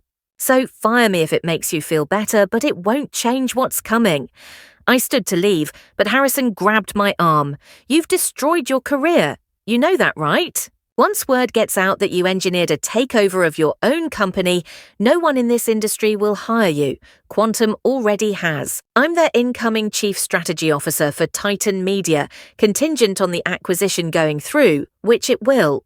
So while you're updating your resume, I'll be doing the job I always should have had. Gerald looked shocked. You arranged your own promotion through a hostile acquisition? That's unprecedented. That's what happens when excellent work gets you nowhere through normal channels. You find abnormal channels. They escorted me from the building 20 minutes later. I walked past my colleagues carrying a box with my personal items, aware that everyone was watching. Some faces showed shock, others showed respect, a few showed anger. Kyle stood in the hallway looking confused and frightened, probably realizing that if I'd been working on a takeover, his incompetence was about to be exposed. In the elevator down, I allowed myself a moment of genuine emotion. Fear, mostly. What if the board rejected Quantum's offer? What if I'd destroyed my career and relationship for nothing? What if I was wrong about everything? But when I stepped out onto the street, my phone buzzed. A text from Amelia. Board accepted our offer. Acquisition will close in 30 days. You're officially unemployed for the next month, and then you're our new Chief Strategy Officer. Congratulations! You just pulled off the corporate equivalent of a coup. I stood on the sidewalk in the cold November air, holding my box of personal items, and started laughing. Not happy laughter exactly. More like the slightly hysterical laughter of someone who'd just bet everything on one hand and somehow won. 3 months ago, I'd overheard Harrison say I wasn't executive material. Today, I'd proven him spectacularly wrong by engineering his removal and claiming the position I'd always deserved. The revenge was complete. Now came the hard part, living with the consequences. The news of Quantum's acquisition of Titan Media broke publicly that afternoon. By evening, my phone was exploding with calls and texts. Most I ignored, but one caught my attention. Priya, I heard what happened. Harrison escorted you out this morning, then the acquisition announcement. Everyone's connected the dots. They know you were behind this. Some people are calling you a hero. Most are calling you a traitor. I don't know what I'm calling you yet. I typed back, I did what I had to do. I hope someday you'll understand. Her response came quickly. I understand why you're angry. I just don't understand why destruction was your only option. There was no good answer to that, so I didn't respond. By Tuesday, the story had spread throughout the industry. Titan Media employee engineers company takeover after being passed over for promotion. The think pieces started immediately. Some praised me as a whistleblower exposing corporate incompetence. Others condemned me as disloyal. The gender dynamics dominated the conversation. Would a man have been celebrated for this or criticized? Was I a corporate warrior or a vengeful employee? I didn't have energy to engage with any of it. I was too busy dealing with the immediate fallout. Oliver moved out Tuesday afternoon while I was meeting with Quantum's lawyers about my employment contract. He left a note. I can't be with someone who destroyed my career to advance her own. You've changed, Natasha. Or maybe this is who you always were and I just never saw it. Either way, I don't recognize you anymore. I hope it was worth it. I read that note 3 times, looking for any indication that he understood why I'd done what I did. There was none. Just hurt and anger and the sense that I'd betrayed him personally. Maybe I had. Maybe choosing my career over his security made me exactly the kind of cold, calculating person my mother had accused me of becoming. But I also couldn't regret it, not when the alternative was accepting permanent diminishment to protect someone else's comfort. Wednesday brought a call from Harrison. I almost didn't answer, but curiosity won. Natasha. His voice was tight with controlled fury. I hope you're satisfied. The board terminated me this morning. 35 years with this company, and they fired me based on your lies and manipulations. They fired you based on evidence of financial misrepresentation and poor leadership. I didn't lie about anything. I just made sure the truth was visible instead of hidden. You destroyed me, my reputation, my career, everything I built. For what? Because you didn't get a promotion? I didn't destroy you, Harrison. You destroyed yourself by being more interested in maintaining your power than running the company effectively. I just stopped covering for you. Kyle's been fired too. Did you know that? A young man with his whole career ahead of him, gone because you needed someone to blame for your own inadequacies. Kyle's gone because he was never qualified for the role you gave him, because he took credit for my work and failed spectacularly when he actually had to perform. If that's my fault, then accountability is a strange concept to you. You're going to regret this. The industry is small. People remember betrayals. You think you've won, but you've just made yourself unemployable anywhere decent. We'll see. Quantum seems pretty happy with me. Quantum uses people and discards them when they're no longer useful. You'll learn that soon enough. And when they do discard you, don't expect anyone in this industry to help. You've burned every bridge, alienated every colleague, destroyed every relationship. Was it worth it? After he hung up, I sat with that question. Was it worth it? I'd gotten the position I deserved, proven my capabilities, and forced a reckoning with systemic gender bias. But I'd also lost my boyfriend, most of my friends, and my professional reputation. I'd become someone my mother didn't recognize, and my former colleagues saw as a traitor. Was it worth it? I didn't have an answer yet.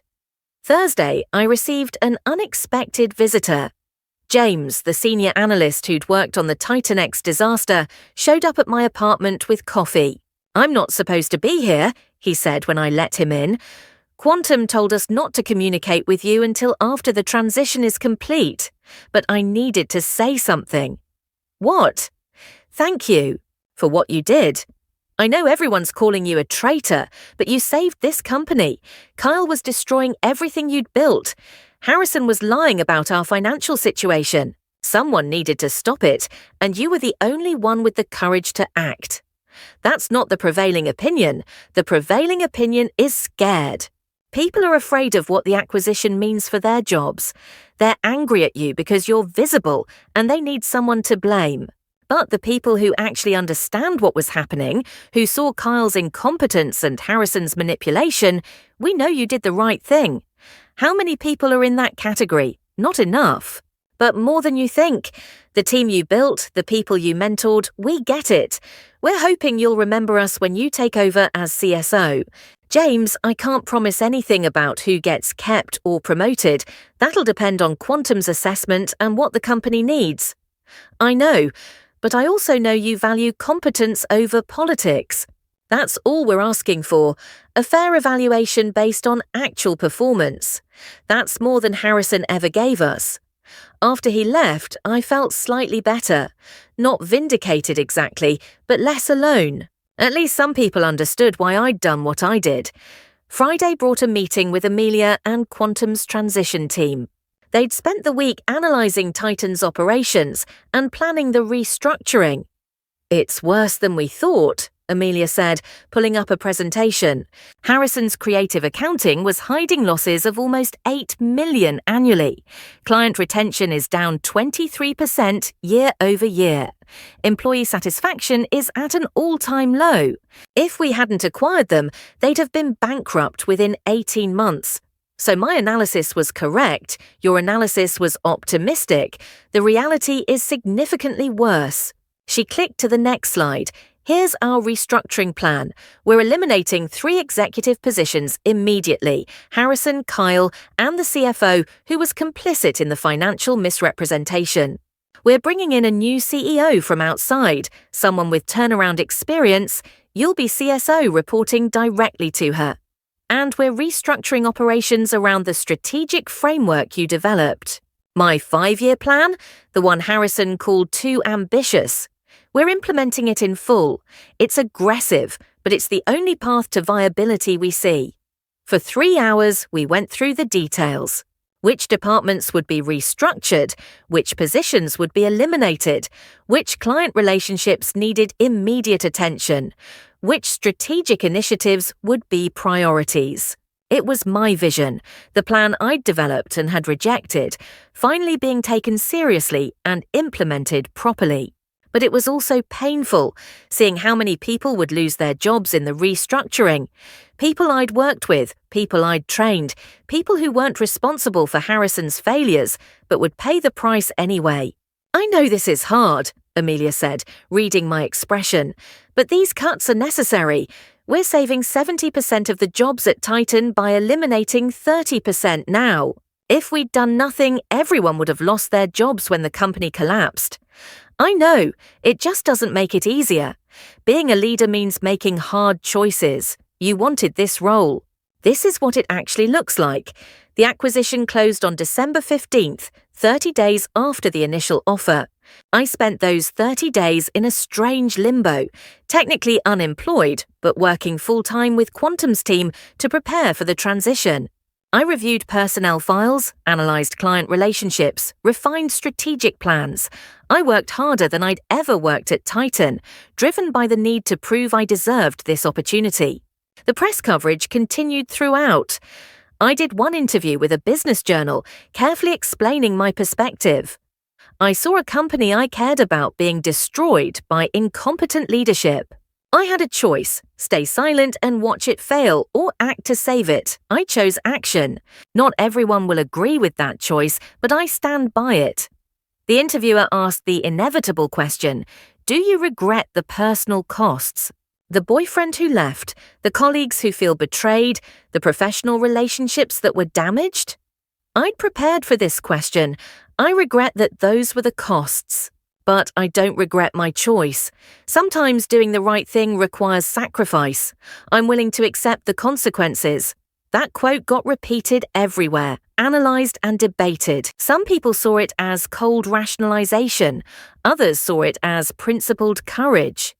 I tried not to read too much of it. Other people's opinions of my choices were ultimately their problem, not mine. On December 16th, my first official day as Chief Strategy Officer of Titan Media under Quantum's ownership, I walked into the building that had escorted me out 5 weeks earlier. The reception area was the same, but everything else felt different. New security, new procedures, new energy. The new CEO, Catherine Wu, was waiting in the conference room with the transition team. She was 53, had successfully turned around 2 media companies before this, and had a reputation for being brilliant but demanding. "Natasha," she said, shaking my hand firmly. "I've read your strategic plan cover to cover. It's excellent work. I'm looking forward to implementing it together. Thank you, I'm ready to get started. Good, because we have a lot of work to do." She pulled up the org chart on the screen. "Here's the new structure. I need you to spend today meeting with your team, the people who survived the restructuring. Tomorrow, we start implementing phase 1 of your strategic plan. Questions? Just one. How should I handle the fact that half the company probably hates me right now?" Catherine smiled slightly. "With competence, people are angry because they're scared and uncertain. Show them you know what you're doing, that you have a vision worth following, and most of them will come around. The ones who don't aren't team players anyway." I spent that first day meeting with my team. 30 people instead of the 50 who'd been there a month ago. Some greeted me warmly, like James, and a few others who'd understood what I was doing. Others were coldly professional, making clear they were doing their jobs but felt betrayed. A few refused to meet with me at all, requesting transfers to other departments. Priya was in the last category. She'd requested a transfer to operations, away from strategy, away from me. I approved it immediately. No point forcing someone to work for a boss they resented. But by the end of the first week, something unexpected started happening. As we began implementing the strategic plan, as people saw the vision becoming reality, attitudes shifted. Not everyone, but enough to matter. The analysts who'd worked on projects I'd designed started seeing how everything connected. The client service team saw satisfaction scores start to rise. The operations staff saw processes getting more efficient. My plan was working, and success, it turned out, was its own form of persuasion. 2 weeks into my tenure as CSO, I had a meeting with a major client who'd been threatening to leave during Kyle's reign. Jonathan Harper, the CEO of one of our biggest accounts. "I'll be honest, Natasha," he said. "When I heard about the acquisition and the fact that you were behind it, I was skeptical. It seemed like corporate drama that would distract from actually serving clients. And now I'm impressed. You've reached out to every key stakeholder, you've addressed concerns Kyle ignored, and you've presented a strategic vision that actually makes sense. Whatever personal motivations led to the acquisition, the result is that we're getting better service. So I'm renewing our contract for 3 years instead of the usual one. That's how confident I am in the new direction. That renewal, worth $18 million over 3 years, was the proof point I needed. Not just for Jonathan, but for everyone watching to see if I could actually deliver on my promises. Word spread fast in the industry. Titan Media was stabilizing under new leadership. The woman who'd engineered the takeover actually knew what she was doing. By January, 3 months after Harrison had told me I wasn't executive material, Titan's trajectory had completely changed. Client satisfaction was up, employee morale was improving, revenue projections were beating expectations. We were executing the strategic plan exactly as I'd designed it, and it was working. I was working 16-hour days, living and breathing the turnaround, proving every day that I deserved this role. It was exhausting and exhilarating. I'd never been happier professionally or more isolated personally. Oliver had moved on, was dating someone from his new job at a different company. My mother called occasionally, our conversations strained and superficial. Most of my former colleagues still kept their distance, not hostile exactly, but not warm either. But I had my work. I had tangible proof that I'd been right. And slowly, grudgingly, even the people who'd called me a traitor started admitting that the company was better off. In February, I received an unexpected email from Harrison. "Natasha, I've spent the past few months angry at you, convinced you'd destroyed everything I built out of spite and ambition. But I've been watching Titan's turnaround from the outside, reading the industry coverage, hearing from former colleagues, seeing the financial results. And I have to admit something I never thought I'd say. You were right. About Kyle being unqualified. About my leadership failures. About the company needing a different direction. I'm not asking for forgiveness or friendship. I just wanted you to know that I finally understand why you did what you did. You saved Titan. I wish I'd seen that before it required such extreme measures. Good luck with everything. You've earned your success." I read that email 5 times. It should have felt vindicating, getting acknowledgement from the man who'd dismissed me. Instead, it mostly felt sad. A waste of talent and potential, all because pride and gender bias had prevented him from seeing what was obvious. I didn't respond. What would I say? Thanks for finally admitting you were wrong after I had to destroy both our careers to prove it. Sometimes the best response was silence. In March, Catherine Wu called me into her office. "We need to talk about your future here." My stomach dropped. Was this where quantum discarded me, like Harrison had predicted? Had I served my purpose and was now expendable? "You've been CSO for 3 months, Catherine continued. In that time, you've stabilized client relationships, improved team morale, and started executing a strategic vision that's actually working. The board is impressed. I'm impressed. So here's what we want to offer you. Chief Operating Officer, effective May 1st. You'll oversee all operations, not just strategy. Significant raise, equity stake in Titan's performance, seat on the executive leadership team. What do you think?" I stared at her, processing. "Co-O? That's a huge jump. You've earned it. You understand this company better than anyone. You have a vision for where it needs to go. And you've proven you can execute under pressure. That's exactly what we need in a COO. What about the people who still resent me? Who see me as the person who destroyed their comfortable workplace? Some will never get over it. That's their problem, not yours. Most will follow competent leadership regardless of how that leadership came to power. And the ones who can't work for you aren't people we want anyway. So, yes or no?" "Yes. Absolutely yes. Good. We'll announce it next week. Start preparing for the transition. And Natasha, thank you for having the courage to do what was necessary. A lot of people in your position would have just left quietly, found another job, let Titan collapse. You cared enough to fight for it, even knowing the personal cost. That's the kind of leadership this company needs." After that meeting, I went back to my office and closed the door. For the first time in months, I let myself fully feel everything that had happened, the betrayal that had started it all, the anger that had fueled my planning, the fear throughout the execution, the loss of relationships and reputation, the vindication of being proven right, and now the satisfaction of achieving something even bigger than what I'd originally been denied. Harrison had said I wasn't executive material. Now I was COO of the company he'd nearly destroyed. Kyle had taken credit for my work. Now he was unemployed, while my strategic vision was being implemented by people who actually understood it. Oliver had accused me of being cold and calculating.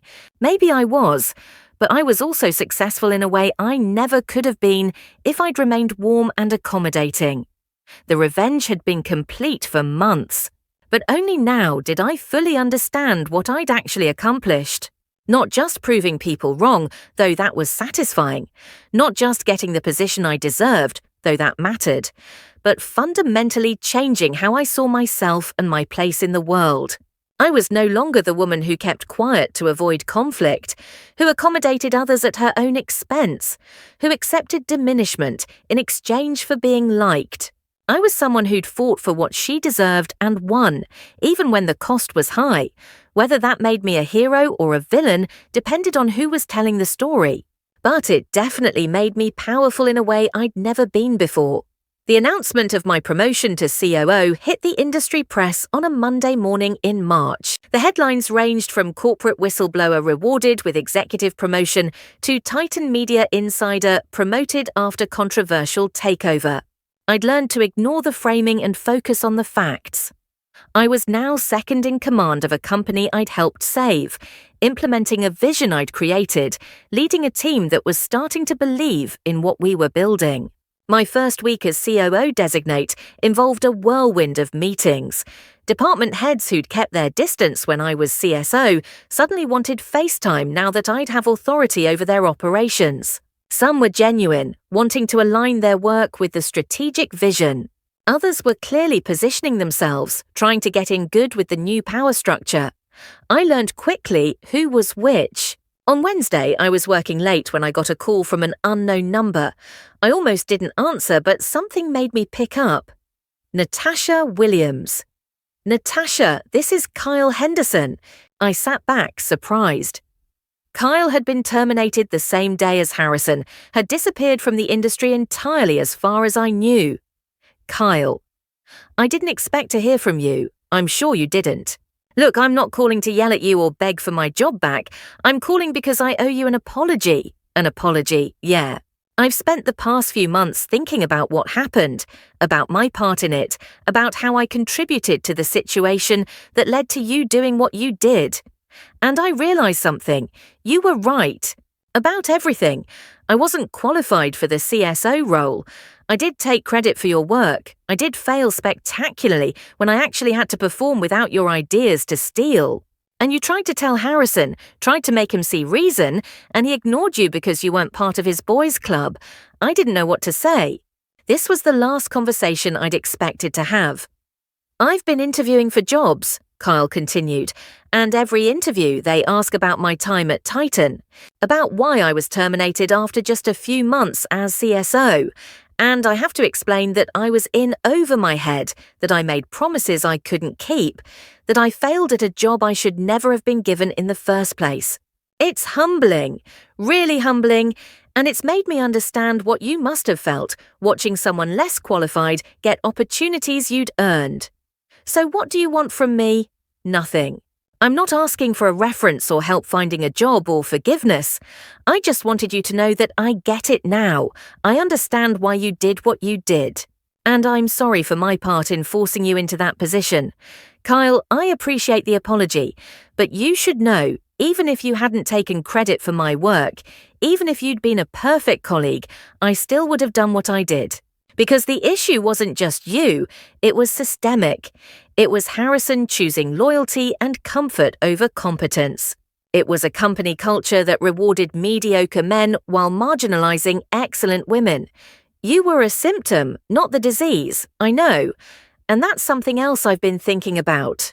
How many times did I benefit from that system without even realizing it? How many opportunities did I get, not because I was the best candidate, but because I looked and acted like the people making decisions? It's uncomfortable to confront, but I needed to. So, thank you for holding up a mirror, even though the reflection was hard to look at. After we hung up, I sat in my office thinking about that conversation.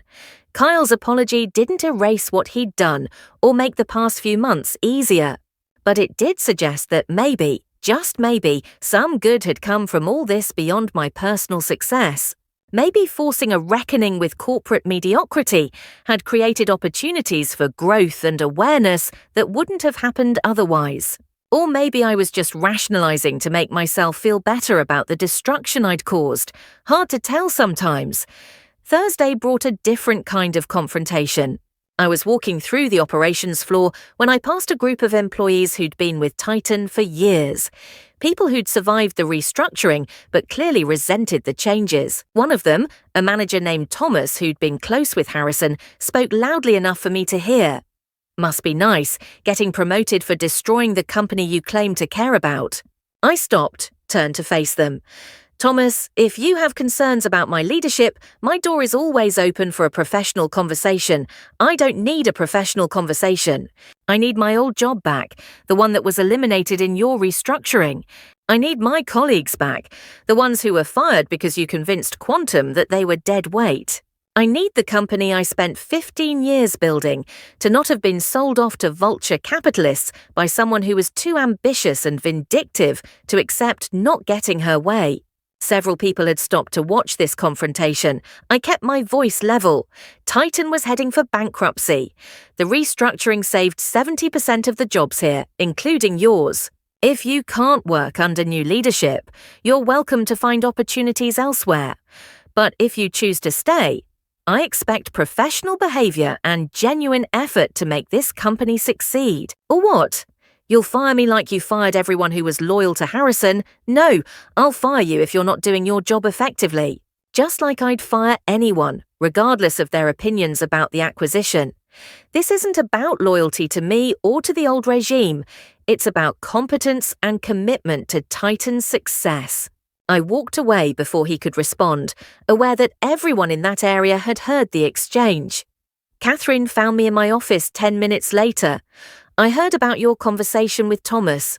He's entitled to his opinions. He's entitled to his opinions on his own time, not when he's loudly criticizing executive leadership in the middle of the operations floor. I'm going to talk to him about professional boundaries. Let me handle it. If this is going to work, if people are going to accept my leadership, I need to deal with dissent directly, not have you protect me from it. Fair enough. But Natasha, you can't please everyone. Some people will never forgive you for what you did, regardless of whether it was necessary. You need to make peace with that. I have made peace with it. I just don't want to become the kind of leader who retaliates against dissent or demands loyalty over honest feedback. There's a difference between honest feedback and insubordination. Thomas crossed that line. Don't let him do it again." That evening, I called a department-wide meeting for operations. 60 people crammed into the main conference room, looking wary and uncertain. "I know this transition has been difficult," I began. "You've lost colleagues. You've had to learn new systems. You're working for leadership that some of you resent. I understand all of that, and I'm not going to pretend those feelings aren't valid." I clicked to the first slide, showing Titan's financial trajectory before and after the acquisition. But here are the facts. Before Quantum acquired Titan, we were losing money. Client retention was dropping. Employee satisfaction was at an all-time low. If nothing had changed, this company would have failed within 18 months, and all of you would have been looking for new jobs anyway. The acquisition and restructuring weren't perfect, but they were necessary. Next slide, projections showing where Titan was headed. Under the strategic plan we're implementing, we're on track to be profitable within a year. Client satisfaction is up 23%. We're winning new business. We're becoming the kind of company people want to work for again. I looked around the room. So here's what I'm asking from all of you. Give this new direction a real chance. Engage honestly with the strategic vision. Do your jobs with excellence. And if you have concerns or ideas, bring them to me directly instead of complaining in the break room. I can't promise everything will be perfect, but I can promise that I care about this company's success and that I'll listen to anyone who approaches me professionally. I paused. However, if you can't work under this new structure, if you're so opposed to my leadership that you can't commit to making Titan succeed, then I encourage you to find opportunities elsewhere. No hard feelings, no negative references. This is a big change and it's not for everyone. But if you stay, I need your genuine effort, not passive resistance disguised as loyalty to the old regime. The room was quiet. Then someone in the back raised their hand. What about the people who were let go? The ones who didn't survive the restructuring? Were they really dead weight, or were they just casualties of corporate efficiency? Some positions were eliminated because they were redundant, some because the people in them weren't performing effectively. And yes, some because we needed to reduce headcount to make the financials work. I wish we could have kept everyone, but the choice wasn't between keeping everyone and letting some people go. It was between letting some people go now or everyone losing their jobs when the company collapsed. I chose the option that saved the most jobs. Easy choice when you're not one of the people being let go. You're right, it was an easier choice for me than for them. But it was still the right choice for the company overall. More questions followed about the strategic plan, about performance expectations, about career development under the new structure. I answered each one honestly, not promising more than I could deliver, but being clear about our direction and what I expected from people. The meeting ended after 90 minutes. I couldn't tell if I'd won anyone over, but at least I'd addressed the tension directly instead of pretending it didn't exist. Over the following weeks, I fell into the rhythm of my new role. COO meant overseeing everything from strategy to operations to client relations to HR. It was overwhelming and exhausting, and exactly what I'd wanted. I was finally using all my capabilities, finally in a position where my decisions actually shaped the company's direction. Not everyone was happy about it. Thomas continued to be openly resentful, though he kept it within professional bounds after Catherine's warning. A few other employees requested transfers away from any department I oversaw, and the industry gossip continued, alternating between praise for the turnaround and criticism of how I'd achieved my position. But slowly, tangibly, Titan was improving. By April, we'd signed 3 major new clients. Employee satisfaction surveys showed significant improvement. Our stock price, which had cratered during the acquisition chaos, was climbing steadily. The strategic plan I'd developed was working exactly as designed. In late April, I received an invitation to speak at a women's business conference. The topic, Leading Through Adversity When Playing by the Rules Doesn't Work. I accepted, seeing it as an opportunity to shape my own narrative instead of letting others define it. The ballroom was packed, 500 women, all watching me walk onto that stage, all knowing my story or some version of it. I'm going to tell you something controversial, I began. Sometimes being excellent isn't enough. Sometimes working hard and following the rules and being the best person for the job doesn't matter because the system is rigged against you. And when you realize that, you have a choice. Accept the injustice or fight back in ways the system doesn't expect. I told them my story, not the sanitized version, but the real one. Harrison saying I wasn't executive material, Kyle stealing credit for my work. The moment I decided to stop playing by rules that were designed to keep me down. The 3 months of planning, the execution, the personal costs, the professional vindication. I don't know if what I did was right, I said. I know it was necessary for me. I know it saved a company that was heading for failure. I know it exposed incompetence that was hiding behind corporate politics and gender bias. But I also know it cost me relationships, reputation, and peace of mind. So I can't stand here and tell you to do what I did. I can only tell you that sometimes the only way to win is to change the game entirely. The questions afterward were intense. Do you regret it? What advice would you give women facing similar situations? How do you handle being seen as a traitor by former colleagues? Would you do it again? I answered each one honestly, not claiming to have all the answers but sharing what I'd learned. When it was over, dozens of women approached me, some to thank me for my honesty, some to share their own stories of corporate betrayal and marginalization, some to ask for advice on their own situations. One woman in particular stayed after everyone else had left. She was younger, maybe late 20s, and looked like she was working up the courage to speak. I just wanted to say thank you, she finally said. I've been dealing with a similar situation at my company, passed over for promotion, watching less qualified men get opportunities I've earned, feeling like I'm going crazy because everyone acts like this is normal. Your story made me feel less alone, and it gave me courage to start planning my own exit strategy. What kind of exit strategy? I'm starting my own company, using everything I've learned, all the ideas my current employer ignored, and building something better. It's terrifying, but it's better than staying somewhere that doesn't value me. I gave her my contact information. If you need advice or connections or just someone to talk to who gets it, reach out. What you're planning takes courage. Make sure you have support. Driving home that night, I thought about that conversation. My story wasn't just about my revenge or my success anymore. It had become something larger.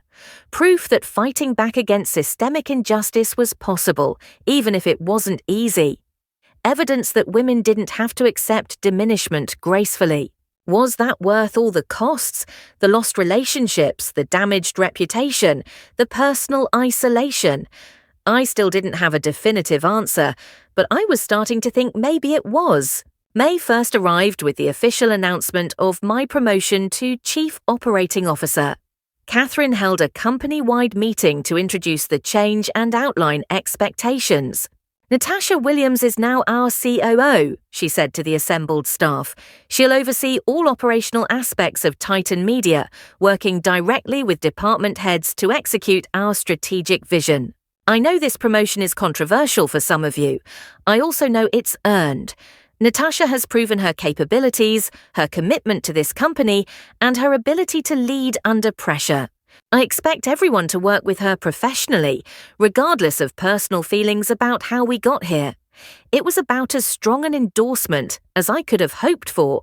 But I also knew endorsements from above only went so far. The real test would be whether I could actually deliver on the promises I'd made. My first major initiative as COO was reorganizing client services. Under Harrison's leadership, client relationships had been managed haphazardly, with no clear accountability or strategic approach. I wanted to create dedicated account teams with clear performance metrics and regular strategy reviews. It was a good idea in theory. In practice, it meant disrupting established relationships and forcing people out of comfortable routines. Not everyone was happy about it. This feels like change for the sake of change, one account manager told me in a meeting. We've been managing clients this way for years, and client satisfaction has been dropping for years. This isn't change for the sake of change, it's fixing a system that's been broken, or it's you trying to put your stamp on everything, prove you deserve this promotion.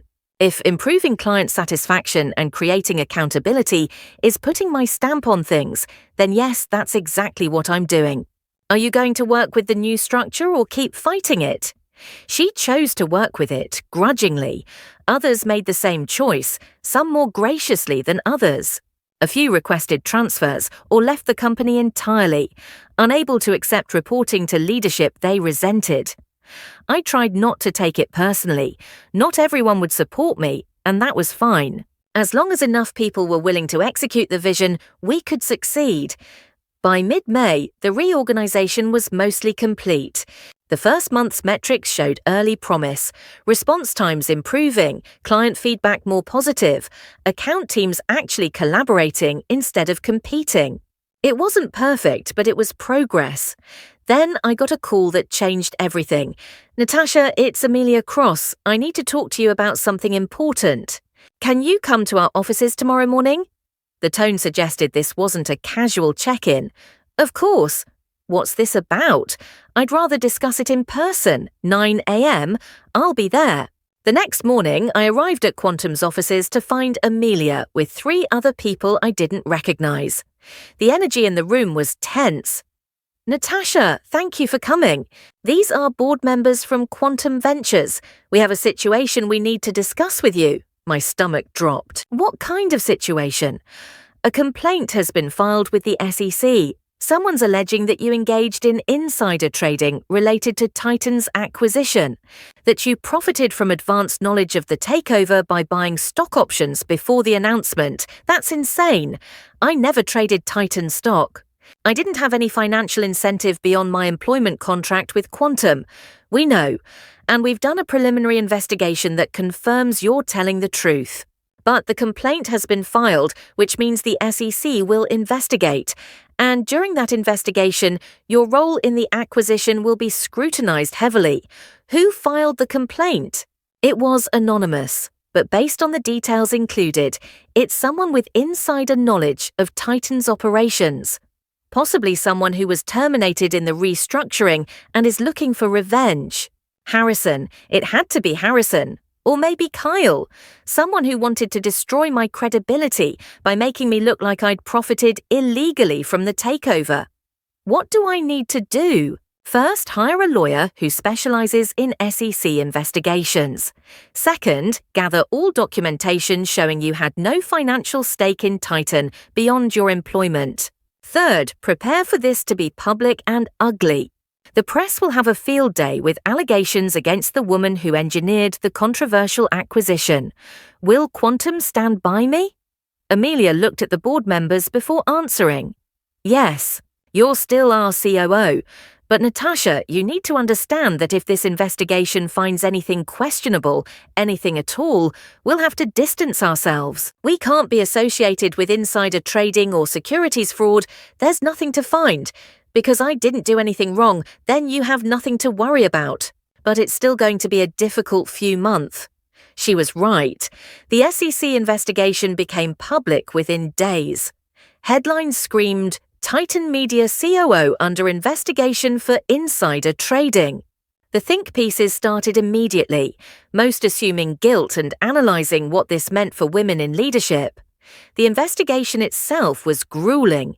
Hours of interviews with SEC attorneys, demands for financial records going back 5 years, questions about every conversation I'd had with Amelia, every piece of information I'd shared with Quantum, every decision I'd made. I hired the best lawyer I could afford and cooperated fully, because I had nothing to hide. I'd never traded Titan stock.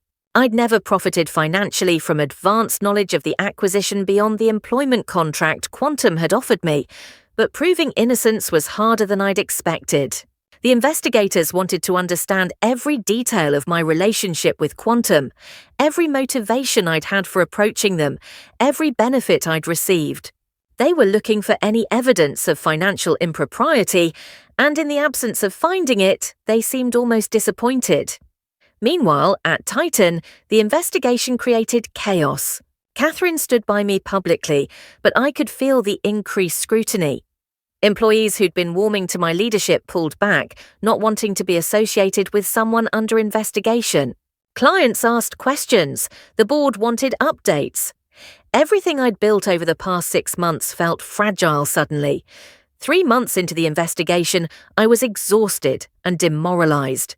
I'd done nothing wrong, but the process of proving that was destroying me.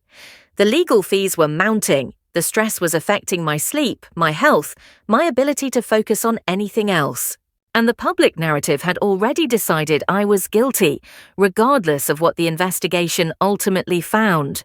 I was sitting in my office late one evening in July, reviewing documents for the 100th time, when my phone rang. My lawyer, Patricia Brennan. Good news, she said without preamble. The SEC is closing the investigation. No charges, no fines, complete exoneration. They found zero evidence of any impropriety. I felt tears threatening. Really? It's over? It's over. They'll issue a statement tomorrow clearing you of all allegations.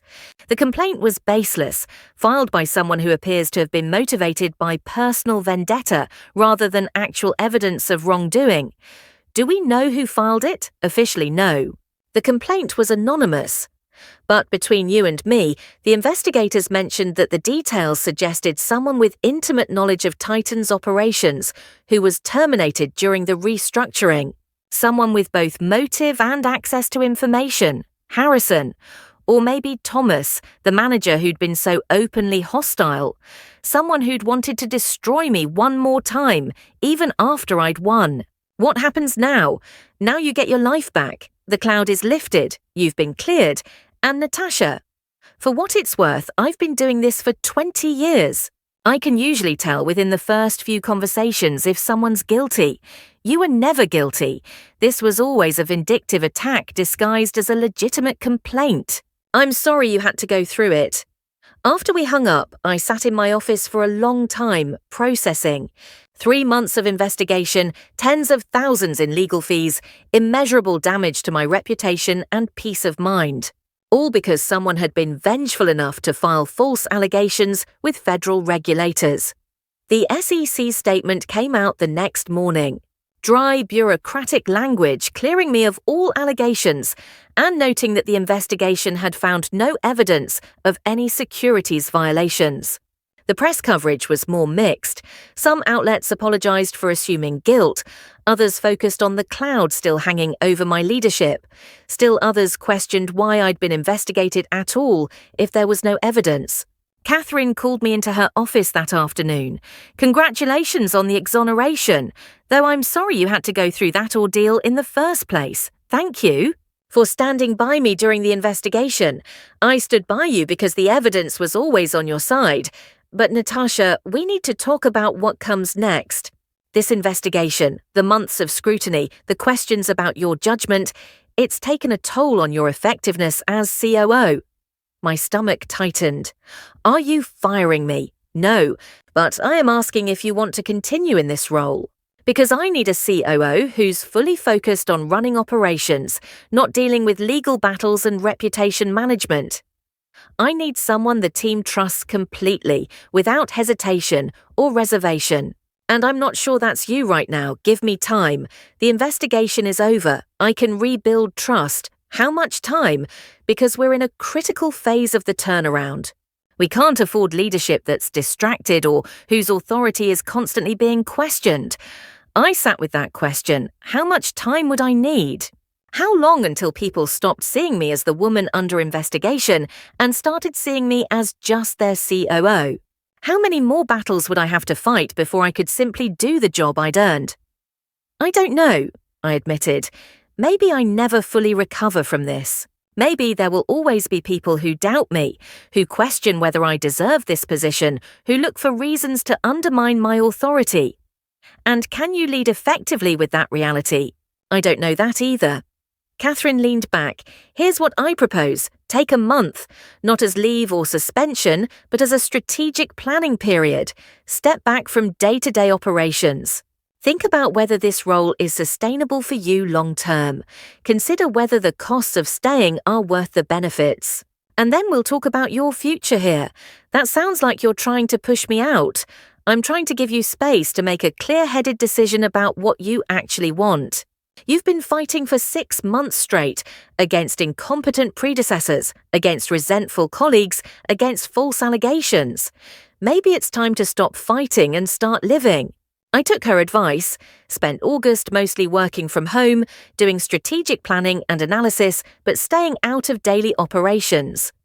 I used the time to think, really think, about what I wanted.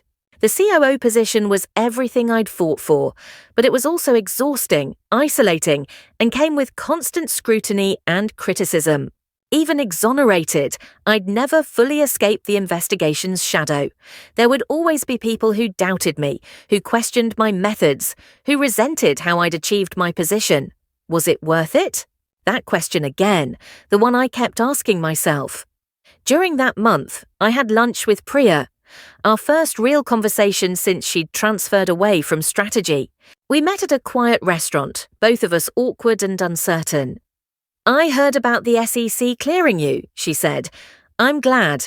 I never believed those allegations, but you believed I was wrong to do what I did. Wrong to work with Quantum. I believed you crossed lines I wouldn't have crossed, but I also know why you did it. And seeing how things have turned out, seeing Titan actually thriving instead of failing, I can admit that maybe your way worked better than mine would have. That's not quite forgiveness. No, it's not, but it's understanding, which might be the best we can manage. I miss working with you. I said.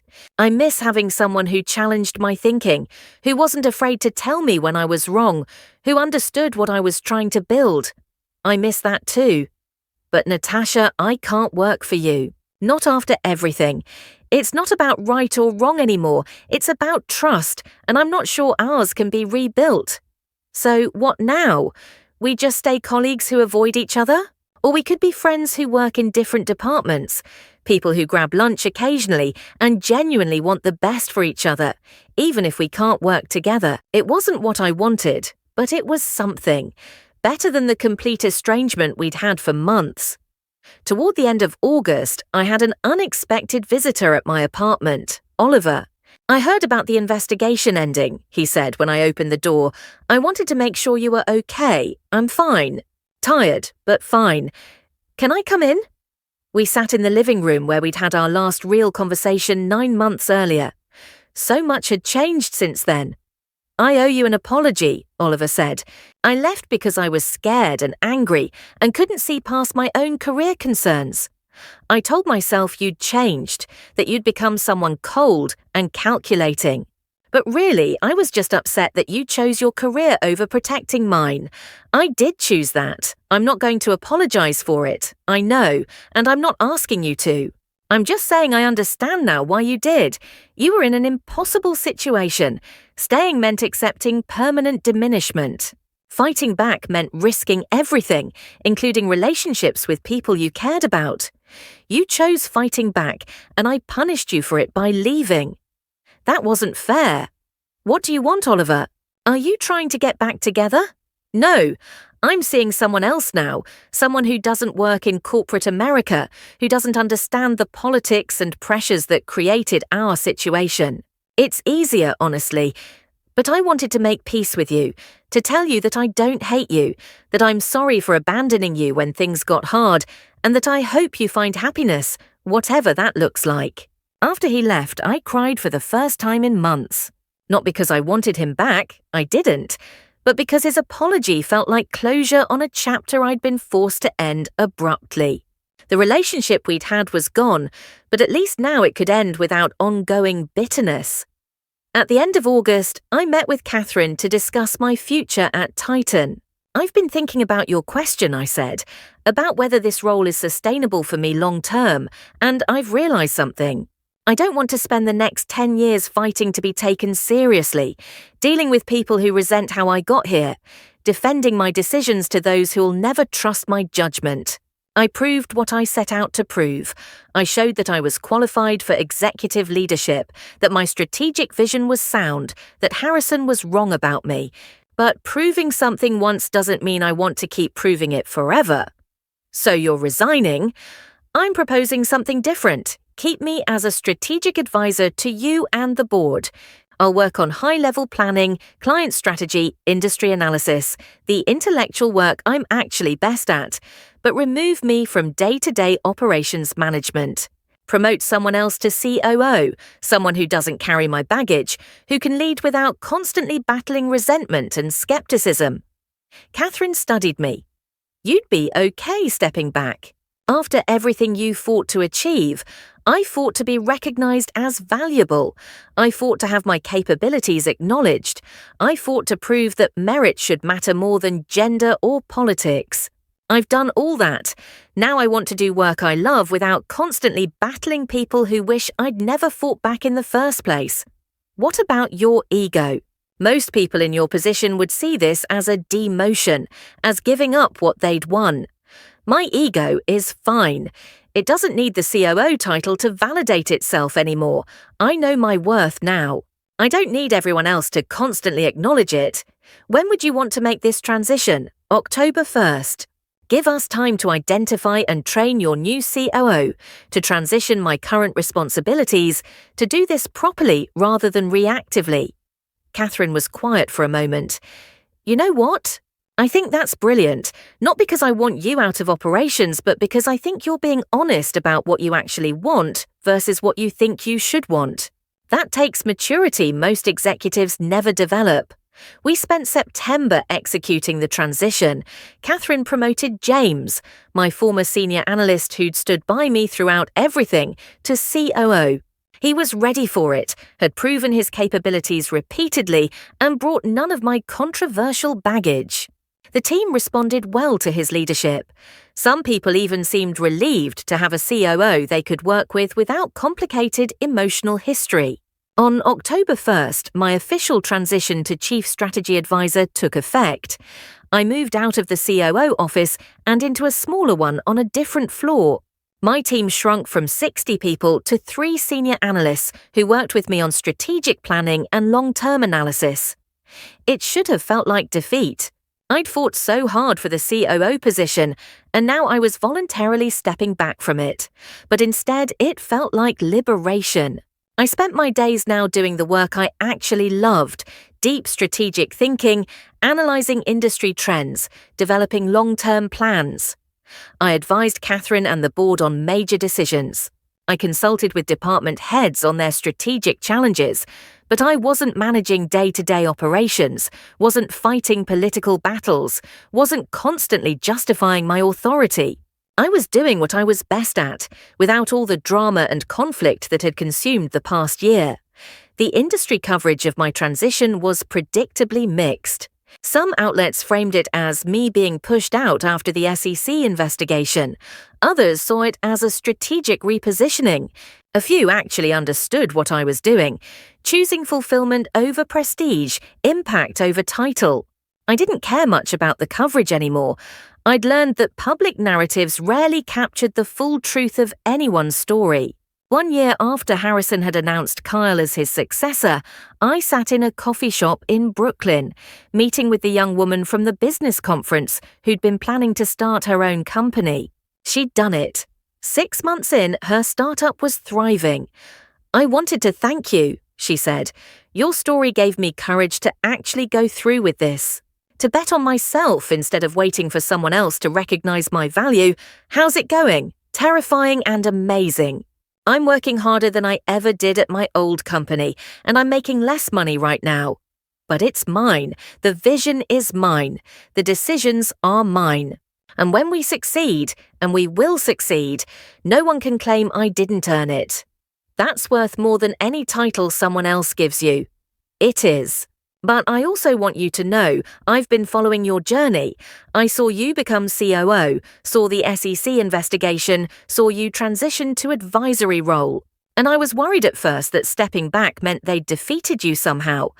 But then I read your interview last month, where you talked about choosing fulfillment over fighting. And I realized you'd actually won in the way that matters most. What way is that? You proved your point and then moved on. You didn't let the battle become your identity. You didn't spend the rest of your career fighting the same fight over and over. You demonstrated your worth, changed the system enough to matter, and then chose to do work you actually love. That's winning. After she left, I thought about her words. Had I won? The question that had haunted me for a year. Harrison had said I wasn't executive material. I'd proven him wrong by becoming COO of the company he'd nearly destroyed, but I'd also learned that proving him wrong wasn't the same as being happy. That winning battles wasn't the same as winning peace. That achieving prestigious titles wasn't the same as doing meaningful work. I'd destroyed relationships, damaged my reputation, and spent a year fighting constant battles.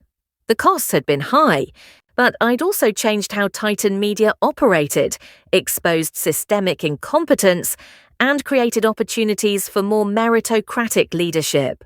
Those changes would outlast my personal drama. Was it worth it? Finally, I had an answer. Yes, but not for the reasons I'd originally thought. I hadn't won because I'd become COO, or because I'd proven my capabilities, or because I'd gotten revenge on Harrison and Kyle. I'd won because I'd learned to value my own assessment of my worth more than anyone else's, because I'd proven to myself that I could fight back against injustice and survive the consequences, because I'd discovered that success on terms others valued wasn't as satisfying as fulfillment on my own terms. Harrison had said I wasn't executive material. The company's new owner had disagreed and made me COO, but the most important person to disagree had been me. I disagreed strongly enough to fight back, smart enough to fight strategically, and wise enough to know when the fighting was done and it was time to simply live. That evening, I had dinner with Catherine, James, and a few other executives from Titan. We were celebrating the company's first fully profitable quarter in 3 years. The turnaround was complete. The strategic vision was working. Titan Media was thriving.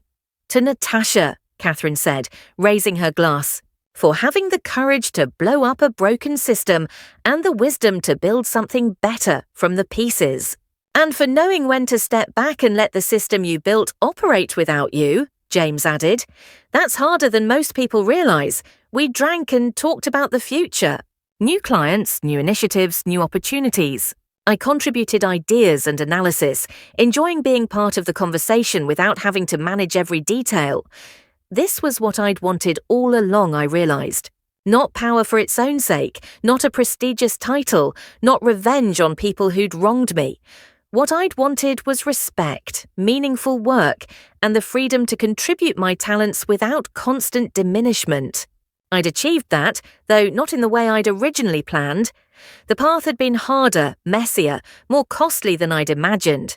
But I'd arrived somewhere worth being. My phone buzzed. A text from my mother, who I'd been slowly rebuilding a relationship with over the past few months, saw the article about Titan's profitability. I'm proud of you. Not just for the success, but for handling everything with grace. Love you, Grace. I wasn't sure I'd handled anything with grace. I'd handled it with determination, strategy, and calculated ruthlessness.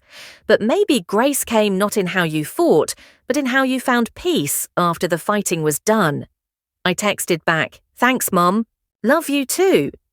The conversation at dinner continued around me, people laughing and planning and enjoying the fruits of collective success. I sat there, part of the team but no longer burdened by leading it, and felt something I hadn't felt in over a year. Content. Not happiness exactly, that was too simple. Not vindication, that was too focused on proving others wrong, but contentment. The deep satisfaction of having fought for something meaningful and emerged with both victory and wisdom. My boss had said I wasn't executive material. The company's new owner had disagreed and given me the chance to prove myself. I'd proven myself and then chosen something even better than executive status. The freedom to define success on my own terms. That was the real revenge. Not destroying the people who'd underestimated me, though I'd done that too. But refusing to let their limitations limit me. Refusing to waste my life fighting for validation from people who'd never been capable of providing it. I'd been executive material all along. I just needed to stop waiting for someone else to notice and start building the proof myself. And in the end, that proof wasn't a title or a salary or revenge on my enemies. It was the simple reality that I'd fought for what I deserved, survived the consequences, and emerged knowing my worth was mine to define. Harrison had been wrong. Not just about me, but about what executive material actually meant. It wasn't about confidence or charisma or looking the part. It was about capability, strategy, and the courage to fight for what was right, even when the cost was high. I demonstrated all of that. And then I demonstrated something even more important. The wisdom to know that winning the battle didn't mean fighting it forever. That was the real victory. The one that would last long after corporate titles and industry gossip faded into irrelevance. I'd claimed my worth, changed the system, and chosen peace. In the end, that was better than any revenge could have been.